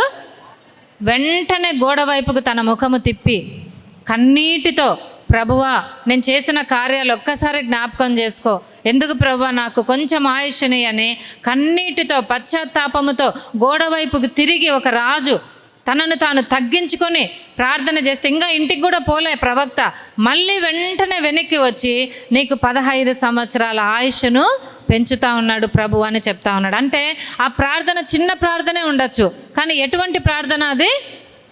పవర్ఫుల్ ప్రేయర్ అది. ప్రవక్త ఇంకా చెప్పినాడు, ఇంటికి కూడా పోలేదు, పోయిన 2-3 రోజులకు రాలా, ఆ గడప దాటినాడు, మళ్ళీ లోపలికి వచ్చి అయ్యా నీ ప్రార్థన వినపడింది, నీకు 15 సంవత్సరాల ఆయుష్ని. ఈరోజు మన ప్రార్థన ఒక్కరోజు 2 రోజులు కాదు, సంవత్సరాలు కాదు, చేస్తూనే ఉన్నాం. అయినా కూడా ఎందుకు ఆ ప్రార్థనకు జవాబు రావడం లేదు అంటే మన ప్రార్థన ఏ విధంగా ఉందో మరి ఒకసారి మనము పరీక్షించుకుందాం. లోపలే ఉందాము, ఎక్కువగా ప్రార్థనలో గడుపుదాము. నలిగిపోయి విరిగిపోయి కరిగిపోయి దేవుని సన్నిధిలో ప్రార్థిస్తే తప్పక మన ప్రార్థనకు జవాబును దేవుడు అనుగ్రహిస్తారు. మరియమ్మ లోపల ఉంది, దయాప్రాప్తురాల నీకు శుభం అన్నప్పుడు మరియమ్మ ఏమంటా ఉంది? నీ మాట చొప్పున నాకు జరుగునుగాక అంటూ ఒక మంచి మాట ద్వారా ఆమె జీవిత చరిత్రనే మార్చివేసేటువంటి ఒక గొప్ప డిసిషన్ తీసుకునింది కాబట్టి ఆమె చాలా ధన్యురాలిగా మనం పిలువబడతా ఉంది ఆమె. అందుకనే దేవుని మాట చొప్పున జరిగేటట్లుగా మన జీవితాలు ఉండాలని దేవుణ్ణి మనం అడగాల. మనం ఏం ప్రార్థన చేస్తామంటే మన మాటే జరగాలని, ప్రభా నాకు అది ఇవ్వు, నాకు ఇది ఇవ్వు, అక్కడ చేయి, ఇక్కడ చేయి, నేను ఇక్కడ ఇట్లా ఉండాలనుకుంటా ఉన్నా, అట్లా ఉండాలనుకుంటా ఉన్నా, నువ్వు నాకు ఇట్లా చేయి, అట్లా చేయి అని మనమే దేవుణ్ణి మనకి ఏది ఇష్టమో అదే చెయ్యమని అడుగుతూ ఉంటాం. కానీ మరియమ్మ ఏమంటా ఉంది, నువ్వేమనుకుంటా ఉన్నావో అదే నా జీవితంలో చెయ్యి, నీ మాటే నా జీవితంలో జరగాలి అని అంటుంది. అందుకనే యోబు భక్తుడు కూడా ఒక మంచి మాట అంటాడు. పాత నిబంధనలో 23వ అధ్యాయము 12వ వచనం చూస్తే, నేనే చదువుతాలేండి. ఆయన పెదవుల ఆజ్ఞను నేను విడిచి తిరగలేదు, ఆయన నోటి మాటలను నా స్వాభిప్రాయము కంటే ఎక్కువగా ఎంచితిని. యోబు ఏమంటా ఉన్నాడు, నా సొంత అభిప్రాయము కంటే కూడా నా అభిప్రాయం అంటే నా సొంత ఆలోచనలు, సొంత అభిప్రాయాలు, సొంత డిసిషన్స్, సొంత నిర్ణయాలు, వీటన్నిటికంటే కూడా నీ నోటిలో నుండి వచ్చు మాటని నేను ఎక్కువగా ప్రాధాన్యతనిస్తున్నాను అని. సో ఈరోజు మనం అడగాల, ప్రభువా నీ చిత్తము నా జీవితంలో ఏముందో నాకు బయలుపరచు అని అడిగితే దేవుడు తప్పకుండా బయలుపరుస్తాడు. మనం ఏమంటామంటే ఇది నా చిత్తము, ఇది నాది జరిగించు అని అడుగుతా ఉన్నాం దేవుణ్ణి. అందుకని ఇన్ని సంవత్సరాలైనా కూడా మన ప్రార్థన దేవుడు జవాబు రావడం లేదేమో అని ఒకసారి ఆలోచించుకొని ఈరోజు అడగండి, నీ చిత్తము నా జీవితంలో జరగాలి అని. కాబట్టి రెండవదిగా చూస్తే లూకాసు వార్త 5వ అధ్యాయం 5వ వచనంలో చూస్తే, రాత్రంతా ప్రయాసపడిండు సీమోను పేతురు. తర్వాత యేసుక్రీస్తు ప్రభుల వారు తెల్లవారుజామున వచ్చి ఏమంటా ఉన్నాడు, పేతురు ఇక్కడ వల వెయ్యి అనే ఒక స్థలాన్ని చూపించినప్పుడు ఏమనాలా, ప్రభా రాత్రంతా కష్టపడినా అక్కడ కూడా లేదు, నేను చూసిన ప్రభా 2-3 సార్లు వేసిన ఆ ఏరియాలో, కానీ చేపలు లేవు, ఇంకొద్దులేండి ప్రభా ఇంకొక ఏరియా చెప్పు అని అంటాం మనమైతే ఆ ప్లేస్లో ఉంటే. కానీ వెంటనే ఏమంటా ఉన్నాడు, నీ మాట చొప్పున నేను వల వేతును అంటా ఉన్నాడు. అంటే తన సొంత అభిప్రాయము కంటే కూడా దేవుని మాటకు ఎక్కువగా విలువ ఇచ్చినటువంటి వ్యక్తిగా పేతురును కూడా మనం చూస్తాం. వీళ్ళందరూ మనలాంటి మనుషులే, బైబిల్లో రాయబడ్డారు కదా అని వీళ్ళేదో పెద్ద పెద్ద శక్తి ఉన్నటువంటి వాళ్ళు, మనలాంటి మామూలు మనుషులే. అయినా కూడా దేవుని యొక్క చిత్తానికి ఎక్కువగా ప్రాధాన్యతనిచ్చినట్లుగా మనం చూస్తే అబ్రహాముని ఇంకా ఇట్లా ఎన్నో మందిని చూస్తే, అబ్రహాము చూస్తే కూడా నువ్వు ప్రలాన దేశానికి వెళ్ళిపోవాలని నీ భార్యను నీ యొక్క వాళ్ళని తీసుకొని అంటే ఏం మాట్లాడు కదా, వెంటనే వెళ్ళిపోతాడు. ఈరోజు కూడా మన జీవితాల్లో కూడా దేవుని చిత్తము జరగాలి అంటే మనం అడగాల, ప్రభువా నీ చిత్తము నా జీవితంలో ఏముంది, నా పిల్లల జీవితంలో ఏముంది, అది నెరవేరాలి తప్ప నా సొంత అభిప్రాయము వద్దు ప్రభు అని ఈరోజు మన ప్రార్థనని కొంచెం చేంజ్ చేసుకొని దేవుడిని అడిగినట్లయితే తప్పకుండా దేవుడు మనకి ఆన్సర్ని ఇస్తాడు. రెండవదిగా చూస్తే 1వ అధ్యాయము 45వ వచనం చదవండి. దేవుని మాటలు, ప్రభువు ఆమెకు తెలియచేయించిన మాటలు సిద్ధించును గనుక నమ్మిన ఆమె ధన్యురాలైంది. సో మొట్టమొదటిగా దేవుని మాటలే, నీ మాటే నా ఎడల సిద్ధించును గాక అనింది.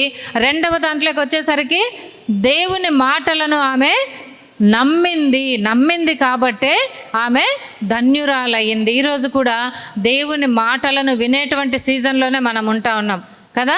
దేవుడు తన మాటల ద్వారానే మనతో మాట్లాడుతూ ఉన్నాడు, తన వాక్యము ద్వారా తను ఎవరో ప్రత్యక్షపరుచుకుంటా ఉన్నాడు, తన వాక్యము ద్వారానే మనల్ని ఆదరిస్తూ ఉన్నాడు, తన వాక్యము ద్వారానే మనల్ని బలపరుస్తూ ఉన్నాడు. అయితే దాన్ని మనం ఏం చేస్తూ ఉన్నాం చెప్పండి, నమ్మడంలా మనం రోజు వింటాము కదా, ప్రతిరోజు వింటాము. ఆదివారం ఇక్కడ వింటాం, స్త్రీల మైత్రిలో వింటాం, మళ్ళీ సెల్ ఫోన్లో పెట్టుకొని వింటాం, టీవీల్లో పెట్టుకొని 24 అవర్స్ వాక్యం మనకి అవైలబుల్గానే ఉంది. 24 గంటలు మనం ఆన్ చేసుకొని నిద్రపోకుండా వినాలే, కానీ దేవుడు మనతో మాట్లాడుతూనే ఉన్నాడు. అయినప్పటికీ కూడా వింటా ఉన్నాము, కానీ వాటిని ఏం చేయడంలో మనం చెప్పండి, నమ్మడంలా మనము ఊరికే వాక్యాన్ని వాక్యములాగే తీసుకొని పక్కన పెడతా ఉన్నాం కదా. వాక్యాన్ని అది నాకు ఇచ్చినటువంటి ఆ యొక్క ఆహారము అని మనం మన జీవితాలకు దాన్ని అప్లై చేసుకుంటే అద్భుత ఆశ్చర్య కార్యాలు మన జీవితంలో చూడగలుగుతాం. అయితే ఇక్కడ మరియమ్మ ఏమంటా ఉందంటే, ఆమెకి ప్రభువు తెలియచేయించినటువంటి మాటలు నమ్మింది కనుక ఆమె ధన్యురాలైంది. అందుకే సంఖ్యాకాండం 23వ అధ్యాయము 19వ వచనములో దేవుడు ఒక ప్రశ్న వేస్తూ ఉన్నాడు ప్రజలతో. ఆయన చెప్పి చేయకుండా, ఆయన మాట ఇచ్చి స్థాపింపకుండా అంటా ఉన్నాడు. సో ఎందుకు ఆమె నమ్మింది అంటే దేవుడు కూడా ప్రశ్నిస్తూ ఉన్నాడు, నేను మాట ఇచ్చి నెరవేర్చకుండా ఉంటానా? నేను ఒకసారి చెప్తే మీ విషయంలో చెయ్యకుండా ఉంటానా? ఎందుకు మీరు నమ్మడం లేదు? మీరు నమ్మడం లేదు కాబట్టే మీ జీవితాల్లో గొప్ప కార్యాలు జరగడం లేదు. ఏదో చిన్న చిన్న కార్యాలతోనే మీరు సరిపుచ్చుకుంటా ఉన్నారు, అద్భుతాలు మీ జీవితాల్లో జరగడం లేదు అంటే కారణము మనము దేవుని మాటలను వింటా ఉన్నాము కానీ వాటిని మన హృదయంలో నమ్మకముతో వాటిని స్వీకరించడం లేదు అని మనల్ని మనం ఒకసారి పరీక్షించుకొని మన మాటలు ఒకసారి నమ్మకంగా దేవుని మాటల్ని నమ్మినటువంటి ఆ యొక్క జాబితాలో మనం ఉండాలి అని దేవుని వాక్యం సెలవిస్తుంది. అందరి మాటలు వింటాం కదా, చెడ్డ మాటలు అన్నీ వింటాం, అసలు అది లేకున్నా కూడా వింటాము కదా. మీ భర్త ఎవరితోనో మాట్లాడుతూ ఉన్నాడు అంటే అయిపోయింగా ఆ రోజే వినింటాం ఆ మాట. ఇంట్లోకి వచ్చిన తర్వాత ఇక నువ్వా నేనా అయిపోయి మళ్ళీ డైవర్స్ వరకు పోతుంది స్టోరీ కదా. అదే దేవుడు నీ భర్త నీకు యజమానుడు తల్లి మంచిగా లోబడు బాగుండు నువ్వు అంటే అది వింటామా మనము? అస్సలు వినం కదా. అట్లా ఎన్నో విషయాలు నీ కొడుకు అక్కడెక్కడో కనపడిండు అంటే అయిపోయింది. ఎందుకు పోయినాడు, ఎట్లా పోయినాడు, అసలు వాడికి ఏదైనా పని ఉండిపోయినా ఏం మాట్లాడడం కదా. వచ్చిన తర్వాత వెంటనే అంటే అర్థమైంది, మనుష్యులు ఏవి చెప్పినా కూడా వింటాము కానీ దేవుడు ఎన్ని చెప్పినా కూడా మనము వినం. అయితే ఈ మరియమ్మలో ఉన్నటువంటి గొప్ప క్వాలిటీ ఏంది అంటే మనుషులు చెప్పింది ఆమె నమ్మడంలా, వినడం లేదు. ఆమెకు తెలుసు కన్యకగా నేను గర్భవతిని అయితే తర్వాత నెక్స్ట్ స్టెప్ నాకు ఎట్లా ఉంటుందో ఆమెకు తెలుసు. రేపటి నుండే నాకు ఆమెకు ఎదుర్కోబోయే అవమానాలు ఆమెకు తెలుసు. మోషే ధర్మశాస్త్ర ప్రకారము కన్యకగా ఉండి గర్భము ధరిస్తే రాళ్లతో కొట్టి చంపబడును అని ధర్మశాస్త్రం ఆమెకు తెలుసు. తెలిసి కూడా ఆమె ఓకే నీ మాట చొప్పున జరుగునుగాక అనింది అంటే అర్థమైంది, నాకు మనుషుల మాటల కంటే దేవుని మాటలే నాకు చాలా విలువైనవి. మనుషుల స్వభావం కంటే, మనుషుల యొక్క హింసల కంటే, మనుషుల యొక్క అవమానముల కంటే, మనుషుల యొక్క ఎత్తిచూపు మాటల కంటే, మనుషుల యొక్క అసహ్యకరమైనటువంటి పదాల కంటే దేవుని దగ్గర ఉండి నింద భరించడమే నాకు శ్రేష్టము అని ఆమె తనను తాను సిద్ధపరచుకొని ఆ టైం మిస్ అయితే ఏమవుతుందో అని ఆ దూత మళ్ళీ చెప్పిందమ్మా, నేను వచ్చి మళ్ళీ మాట్లాడతా, నాకు డిసిషన్ మళ్ళీ చెప్పు అనిందా? లేకపోతే నెంబర్ ఇచ్చిపోయి మళ్ళీ మాట్లాడమ్మా నాతో, నేను ఏం డిసైడ్ చేసుకున్నావా అనిందా? మనం ఏదైనా ఒక పని చర్చిలో ఒక పని చెప్తే మనం ఏమంటాం చెప్పండి? అన్నిటికీ మనం సొంత నిర్ణయాలు తీసుకుంటాం. గుడిలో ఏదన్నా అమ్మ ఒక ఈ పని ఉంది ఇట్లా చేయాలంటే అవునా పాస్టర్ గారు ఇంటికి పోయి మా ఆయన్ని కనుక్కొని వచ్చి చెప్తా మీకు. మళ్ళీ అయ్యగారు మీకు నెంబర్ ఇచ్చి మీరు ఇంటికి పోయి అంతా మీ చేతుల్లోనే ఉంటుంది. ఊరికే పైకి ఎందుకు టక్కున మనం ఒప్పుకోమన్నమాట. వెంటనే ఒప్పుకుంటే ఎందుకు? ఇంటికి పోయి డిస్కస్ చేసినట్లుండాలా, ఆయనతో మాట్లాడినట్లుండాలా, మళ్ళీ ఆయనకి ఇష్టం లేకున్నా నేను వచ్చినాను అని చెప్పినట్లుండాలా, ఎన్నెన్నో కథలు చేసి దేవుని యొక్క పని చిన్న పనికి మనము ముందుకు వస్తాం. కరెక్టా కాదమ్మా ఇదంతా కదా? కానీ మరియమ్మ దగ్గరకు వచ్చేసరికి దూత ఎన్నిసార్లు కనపడింది మరియమ్మకి? ఒక్కసారే వచ్చింది, ఒకేసారి వచ్చింది. ఒక 10 నిమిషాలు నిందో గంట నిందో ఎంతసేపు నిందో ఆ కొంచెం సమయము కరెక్ట్గా ఆమె ఏం చేసింది, దాన్ని యూజ్ చేసుకునింది. ఆమె ఏం మాట్లాడలే, అయ్యో రేపు నాకు పెళ్ళి ఉంది నేనేం చేయాలా, వద్దులేండి ఇంకొకరు ఎవరన్నా ఉన్నారు, లేకపోతే మా ఫ్రెండ్ ఉంది ఆ అమ్మాయికి ఎవ్వరు లేరు ఇంకా పెళ్ళి కాలేదు నేను తీసుకొస్తా, ఇట్లాంటివి ఏమీ చెప్పాలా. నాకు వచ్చింది అవకాశము, దాన్ని నేనే యూజ్ చేసుకుంటా. కాబట్టి వెంటనే ఆమె అన్నిటికీ కూడా ఓకే ఓకే ఓకే అని చెప్పుకుంటూ వచ్చి దేవుని చిత్తానికి లోబడి దేవుని మాటలని నమ్మింది. ఈరోజు మనకి ఎన్నిసార్లు వినపడతా ఉన్నాయి దేవుని మాటలు చెప్పండి? మనకి ఎన్ని సంవత్సరాలు ఉన్నాయో అన్ని సంవత్సరాలు మనం పుట్టుక నుండే దేవుని వాక్యాన్ని వింటానే ఉన్నాము, దేవుని వర్తమానాన్ని. అయినా కూడా మన జీవితాల్లో ఏమీ లేదు చెప్పండి. అభివృద్ధి పొందుతూ ఉన్నాం, అన్నిట్లో బాగున్నాము, కానీ ఆశ్చర్య కార్యాలు మన జీవితాలలో జరగడంలో ఏదో ఉన్నాము, తింటా ఉన్నాం, మన కుటుంబాలు ఏదో చక్కగా కట్టబడ్డాయి, మన భర్త పిల్లలు మన సంసారాలు ఏదో పోతా ఉంది, ఏ సమస్యలు లేకుండా అంతవరకే ఉంది. కానీ దేవుని కొరకు నేను ఏదైనా ఒక ప్రత్యేకమైన రీతిలో వాడబడి దేవుని కొరకు నేను నమ్మకమైన మంచి దాసురాలా అని ఒక కాంప్లిమెంట్ తీసుకోవాలి అన్నట్టు విధానంలో మన జీవితాన్ని అంతకంటే ముందుకు మనం తీసుకెళ్ళలేకపోతాం. ఎందుకు అంటే దేవుని మాటలను మనం నమ్మడం లేదు, రెండవదిగా నిర్లక్ష్యపరుస్తూ ఉన్నాము, మూడవ విధంగా మన చిత్తమే జరగాలనుకుంటా ఉన్నాము, కానీ దేవుని చిత్తము జరగాలని మనలో ఆశ లేదు. కాబట్టి ఆ విధంగా కాబట్టి మరియమ్మను చూసి మనం నేర్చుకోవాల్సింది, ఒక్కసారే దేవుని మాట వినింది, ఒకసారే దేవుని మాటకి లోబడింది. సైతాను కూడా ఒకసారే సైతాను మాట వినింది, వెంటనే సైతాను మాటకి లోబడి. అప్పుడు అవ్వ అనొచ్చు, కొద్దిసేపు ఆగు, నేను మా ఆయన వచ్చిన తర్వాత అడిగి చెప్తాను అనొచ్చు అప్పట్లో. కానీ అవ్వ కూడా ఏం చేసింది, వెంటనే పాపాన్ని తీసుకొని వచ్చింది. మరియమ్మ కూడా ఒక్కసారి దేవుని మాటలు వినింది, వెంటనే దేవుని రక్షణ ప్రణాళిక ఆ క్షణము నుండే సిద్ధపాటుకి జరిగినట్లుగా మనం చూస్తున్నాం. కాబట్టి దేవుని చిత్తము జరగాలి అని కోరుకునింది. రెండవదిగా దేవుని మాటలే నేను నమ్ముతున్నాను కాబట్టి ధన్యురాలు అని ఆమె పిలువబడింది. మూడవదిగా చూస్తే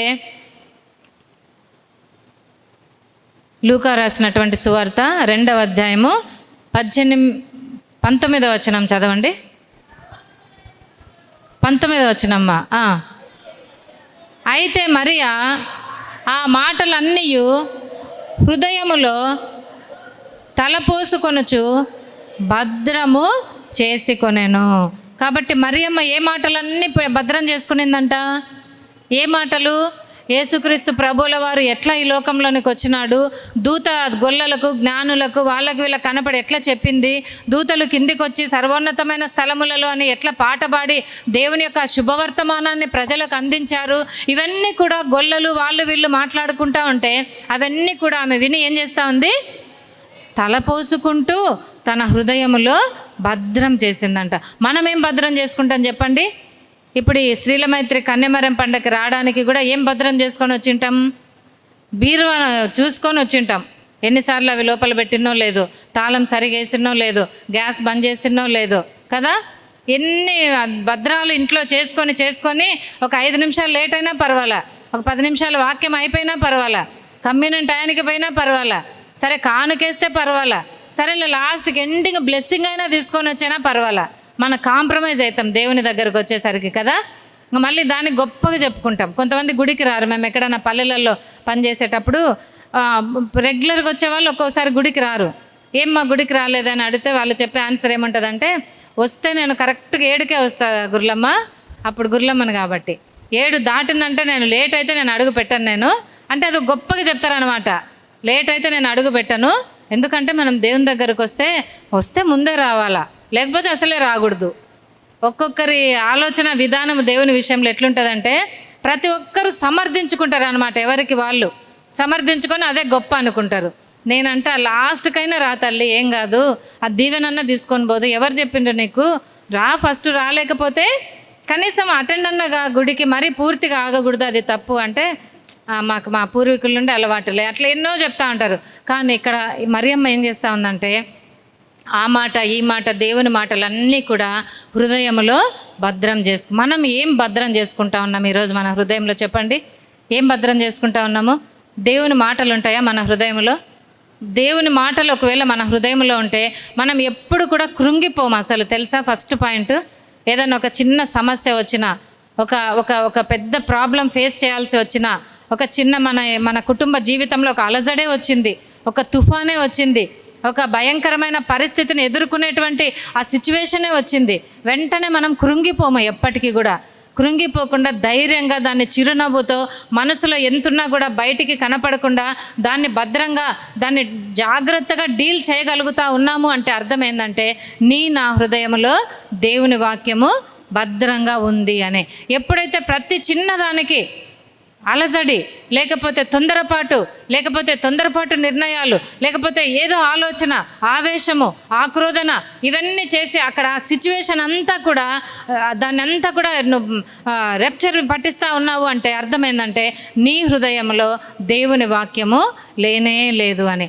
చాలామంది కూడా తొందరపాటు నిర్ణయాలు తీసుకుంటూ ఉంటారు. ప్రతి చిన్నదానికి సూసైడ్ అంటారు, ప్రతి చిన్నదానికి చనిపోతామంటారు, ప్రతి చిన్నదానికి విడాకులు అంటారు. ప్రతి చిన్నదానికి వెళ్ళిపోతామంటారు. ఎన్ని కుటుంబాలు చిన్న భిన్నమైపోతూ ఉన్నాయి ప్రతి చిన్న. ఎందుకు అంటే వారి హృదయంలో దేవుని వాక్యాన్ని భద్రము చేసుకోవడం లేదు.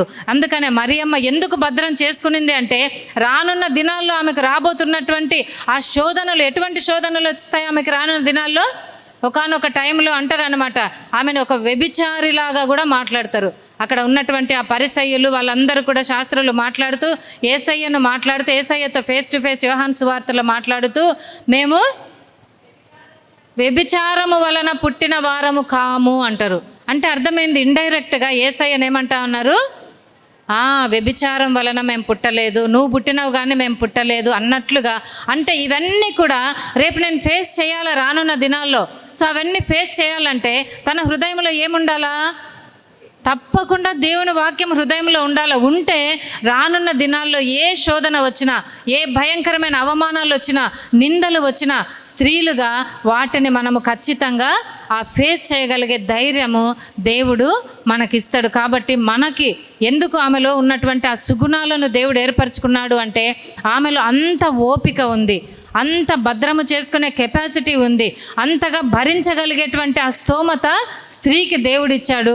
అయితే స్త్రీలు ఎవ్వరు కూడా దాన్ని సరైనటువంటి విధానంలో ఉపయోగించడం లేదు. కాబట్టి ఈమె దగ్గర ఆ క్వాలిటీ ఉంది కాబట్టి దేవుడు ఆమెని భద్రంగా ఎన్నుకోవడం జరిగింది. కాబట్టి అవన్నీ కూడా ఆమె భద్రపరుచుకునింది. ఈరోజు కూడా మనము దేవుని వాక్యాన్ని, దేవుని వాగ్దానాలను, దేవుడు మనతో మాట్లాడే ప్రతి మాట కూడా మన హృదయాల్లో భద్రపరుచుకోవాలి అని దేవుని వాక్యం చెప్తాను. ఎందుకు భద్రపరచుకోవాలి అంటే చూడండి, ఆమోసు గ్రంథం 8వ అధ్యాయము 11, 12, 13 వచనాల్లో చూస్తే అక్కడ ఏముందంటే అంతా చదవద్దండి.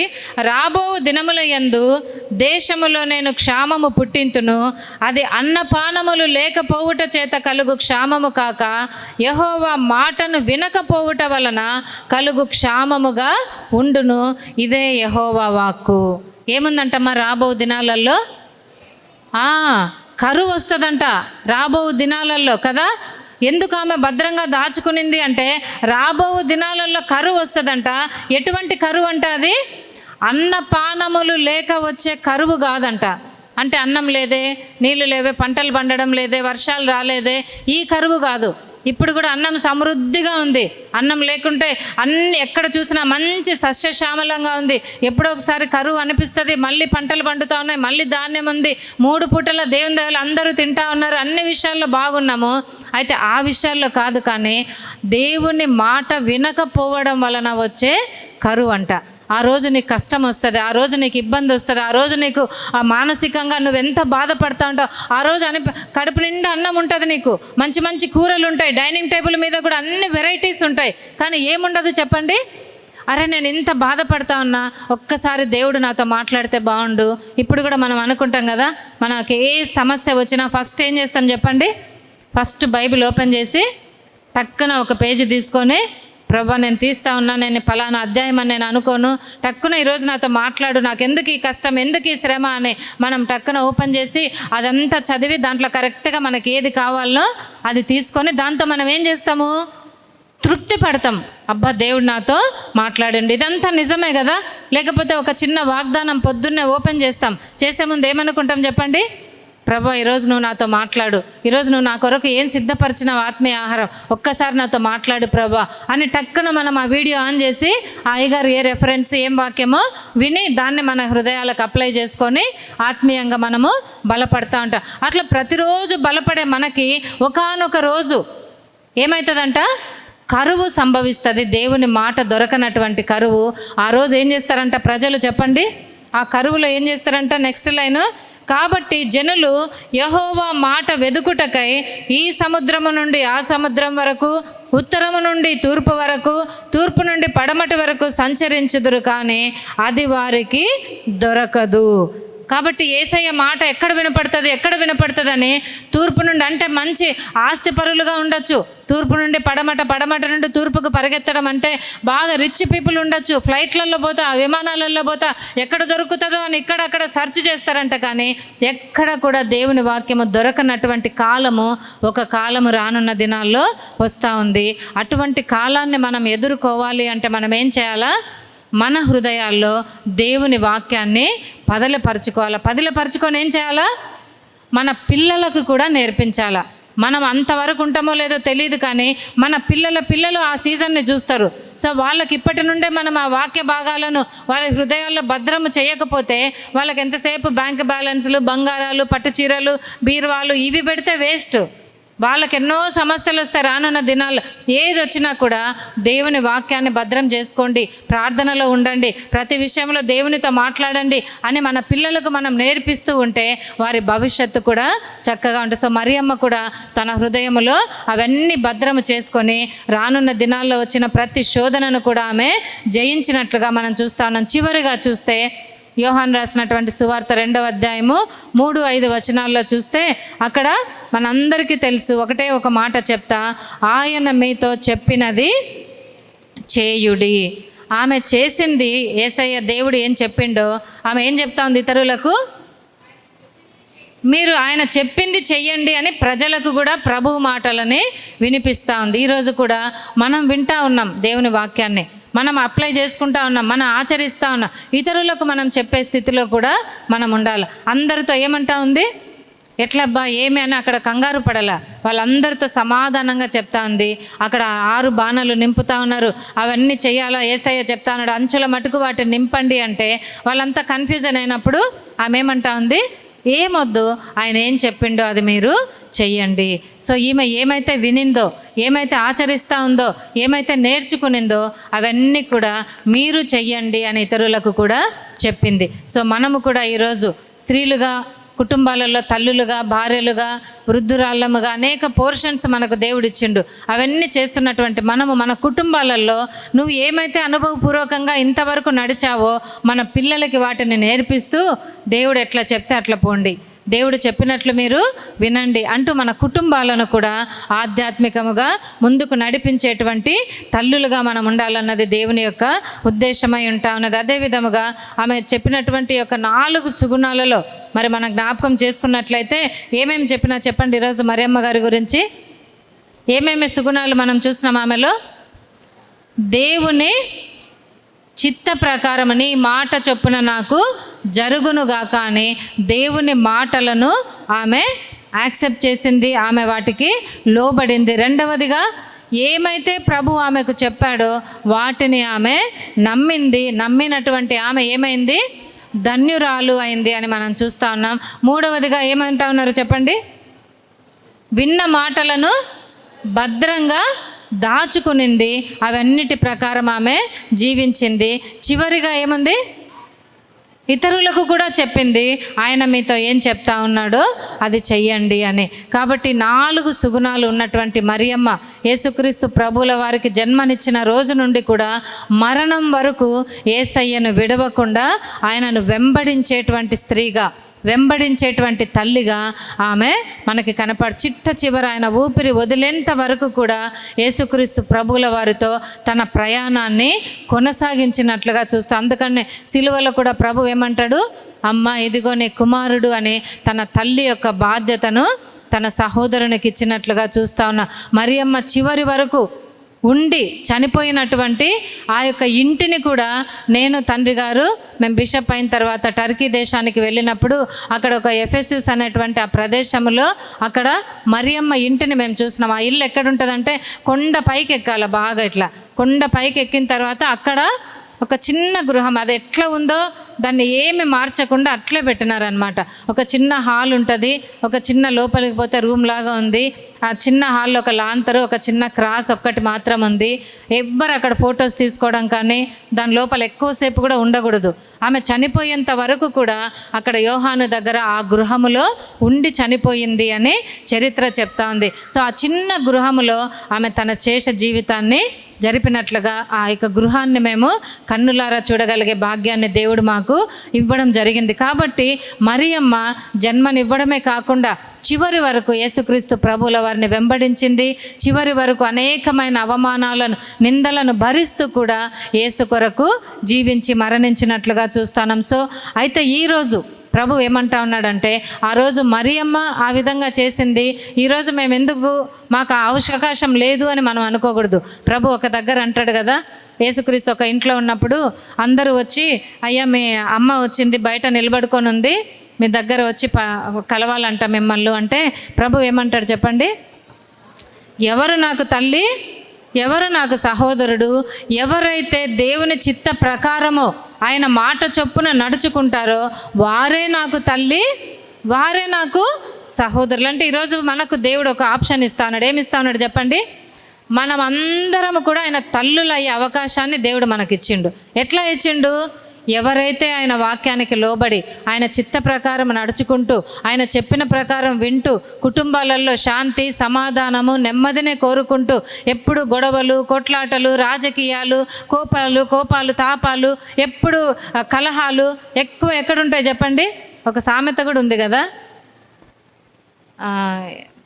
100 గుండ్లు ఉన్నా ఏముండదంట. అంటే హెయిర్ లేకుండా ఉంటారు కదా పురుషులు, 100 గుండ్లు ఉన్నా కూడా ఏం కాదంట. 2 కొప్పులు ఉంటే అక్కడ గొడవలంట కదా పాతకాలంలో. అది ఇంకా ఏదో కరెక్ట్గా ఉంది సామెత, నాకు తెలియదు. అంటే 100 మంది పురుషులు ఉన్నా కూడా వాళ్ళు ఏదో సరదాగా మాట్లాడుకుంటూ ఉంటారంట. 2 కొప్పున్న అమ్మగారులు నిలబడితే ఏమవుతుంది అక్కడ? ఏదో ఒకటి గొడవలు. ఎందుకు ఆ పేరు వచ్చింది మనకి చెప్పండి? ఈ ఓపిక లేదు మనకు, ఈ సహనం లేదు, ప్రార్థనా జీవితం లేదు, దేవుని మాటకి లోబడే తత్వం మనలో లేదు. కాబట్టి ఎప్పుడు కూడా ఏదో ఒక రాజకీయ ధోరణిలోనే మన జీవితాలు ముందుకు పోతూ ఉన్నాయి, కానీ ఆధ్యాత్మిక ధోరణిలో పోవడం లేదు. ఒకసారి మనల్ని మనం పరీక్షించుకో. ఎందుకంటే ఇట్లుంటే ఏమవుతుందిలే అట్లా అనుకోవద్దండి. మన ద్వారా ఆ ప్రభావం ఎవరి మీద పడుతుంది చెప్పండి? మన పిల్లల మీద పడతారు. నిన్ను చూసే నీ పిల్లలు పెరుగుతూ ఉంటారు. అరే మా మమ్మీనే ఇట్లా ఉంది, నేను కూడా అదే కోవలో పోవాలంటారు. నువ్వు ప్రార్థనా పరురాలిగా దేవుని వాక్యాన్ని అనుక్షణం ధ్యానించే స్త్రీగా, భద్రము చేసుకునే స్త్రీగా ఉంటే నీ పిల్లలు కూడా అదే విధముగా పోతారు. సంఘాలలో కూడా సమాధానము, నెమ్మది మన ద్వారా వస్తుంది. కాబట్టి ఈ కన్యమరియమ్మ పండుగ ద్వారా మనం నేర్చుకోవాల్సినటువంటి విషయం ఏంటంటే, ఎక్కువగా ప్రార్థనలో గడపాలి. మనకు సమయం ఉన్నప్పుడు ఆ ప్రార్థన కూడా రొటీన్ ప్రార్థన కాకుండా దేవుణ్ణి ఆరాధించేటువంటి విధానంలో ఒక నూతనమైనటువంటి పద్ధతిలో మనం ప్రార్థనలు చేసుకుంటూ కొత్త విధానంలో దేవుణ్ణి స్తుతిస్తూ ఆరాధిస్తూ, కన్యమరమ్మకు ఒక్కసారే దేవుని దూత కనపడింటే లోబడింది. రోజు వినపడతా ఉన్న లోబడినటువంటి స్వభావం కలిగినటువంటి మనము ఈరోజు దేవుణ్ణి అడుగుదాం, ప్రభువా నేను కూడా నీకు తల్లిగా ఉండాలని ఆశపడతా ఉన్నా, నా హృదయంలో నువ్వు జన్మించు ప్రభువా బాల శిశువుగా. నేను ఈరోజే నా పాపాలన్నీ కడిగి వేసుకుంటా ఉన్నా, నా హృదయాన్ని శుద్ధి చేసుకుంటా ఉన్నా. ఈ యొక్క ఉపవాస దినాల్లో కలువరి సిలువను ప్రతి క్షణం నీ రక్తాన్ని జ్ఞాపకం చేసుకొని ప్రతిరోజు వాక్యాలను ధ్యానం చేసి వింటా ఉన్నాం. సో ఆ వాక్యాలు, ఆ కలువరి సిలువలో నువ్వు కార్చిన రక్తము, ఆ పాప క్షమాపణ, రక్షణ, అవన్నీ కూడా నేను ఎక్స్పీరియన్స్ చేసుకొని నా జీవితాన్ని నేను పవిత్రపరచుకొని నీకు తల్లిగా బ్రతికినంత కాలం బ్రతికే భాగ్యం నాకు ఈ ప్రభువా అని ఈ కన్యమరియమ్మ పండుగ ద్వారా నీవు నేను గ్రహించి నేర్చుకున్నట్లయితే నిజంగా దేవుడు మన జీవితాలను ఉన్నతంగా ఆశీర్వదించి అభివృద్ధి పరచడమే కాకుండా మన జీవితాలు అనేకులకు ఆదర్శప్రాయంగా ఉంచడానికి అవకాశం ఉంది. అటువంటి కృప పరిశుద్ధాత్మ దేవుడు మనకందరికీ కూడా దయచేయునుగాక. ఆమెను చిన్న ప్రార్థన చేసుకొని ముగించుకుందాం. మా ప్రభువ మా దేవ, మరి ఒకసారి నాయన ఈ కర్నూలు పట్టణంలో మరి పాస్టెట్ 1, 2 స్త్రీల మైత్రి సభ్యులతో జరిగినటువంటి ఈ యొక్క కన్యమరియమ్మ పండుగను అంతటిని బట్టి మీకు వందనాలు చెల్లించుకుంటున్నాం. ఇచ్చినటువంటి వర్తమానాన్ని బట్టి మీకు వందనాలు ప్రభువా. వింటూ వదిలేసే వారంగా కాకుండా విని ఆ విధంగా నడుచుకొనుటకు ప్రభా మేము ప్రయత్నం చేయలాగా శక్తినివ్వండి. ఆ ప్రయత్నాన్ని మీరు బలపరిచి ప్రభా మా అందరిలో మీ వాక్యమే నెరవేరాలి. కానీ ఇహలోక సంబంధమైన సాతాను ఇచ్చలు ఏమాత్రం నెరవేరకుండా మీ శాంతి సమాధానంతో మా అందరి హృదయాలను నింపి మా జీవితాలు అనేకులకు దీవెనకరంగా ఉండనట్లు ఆశీర్వదించమని జరగనైన ప్రోగ్రాం అంతా మీ చేతులకు అప్పగించుకుంటూ మరి ఒకసారి ప్రభా మమ్మల్ని ఆహ్వానించినటువంటి పాస్టెట్ 1 and 2 మరి పాస్టర్స్ అందరికైతేనేమి గురువులమ్మ గారులకి చేరి వచ్చిన సంఘం అంతటికి మరి వందనాలు చెల్లించుకుంటూ యేసు నామములో ప్రార్థించి వేడుకుంటున్నాం తండ్రి, ఆమేన్.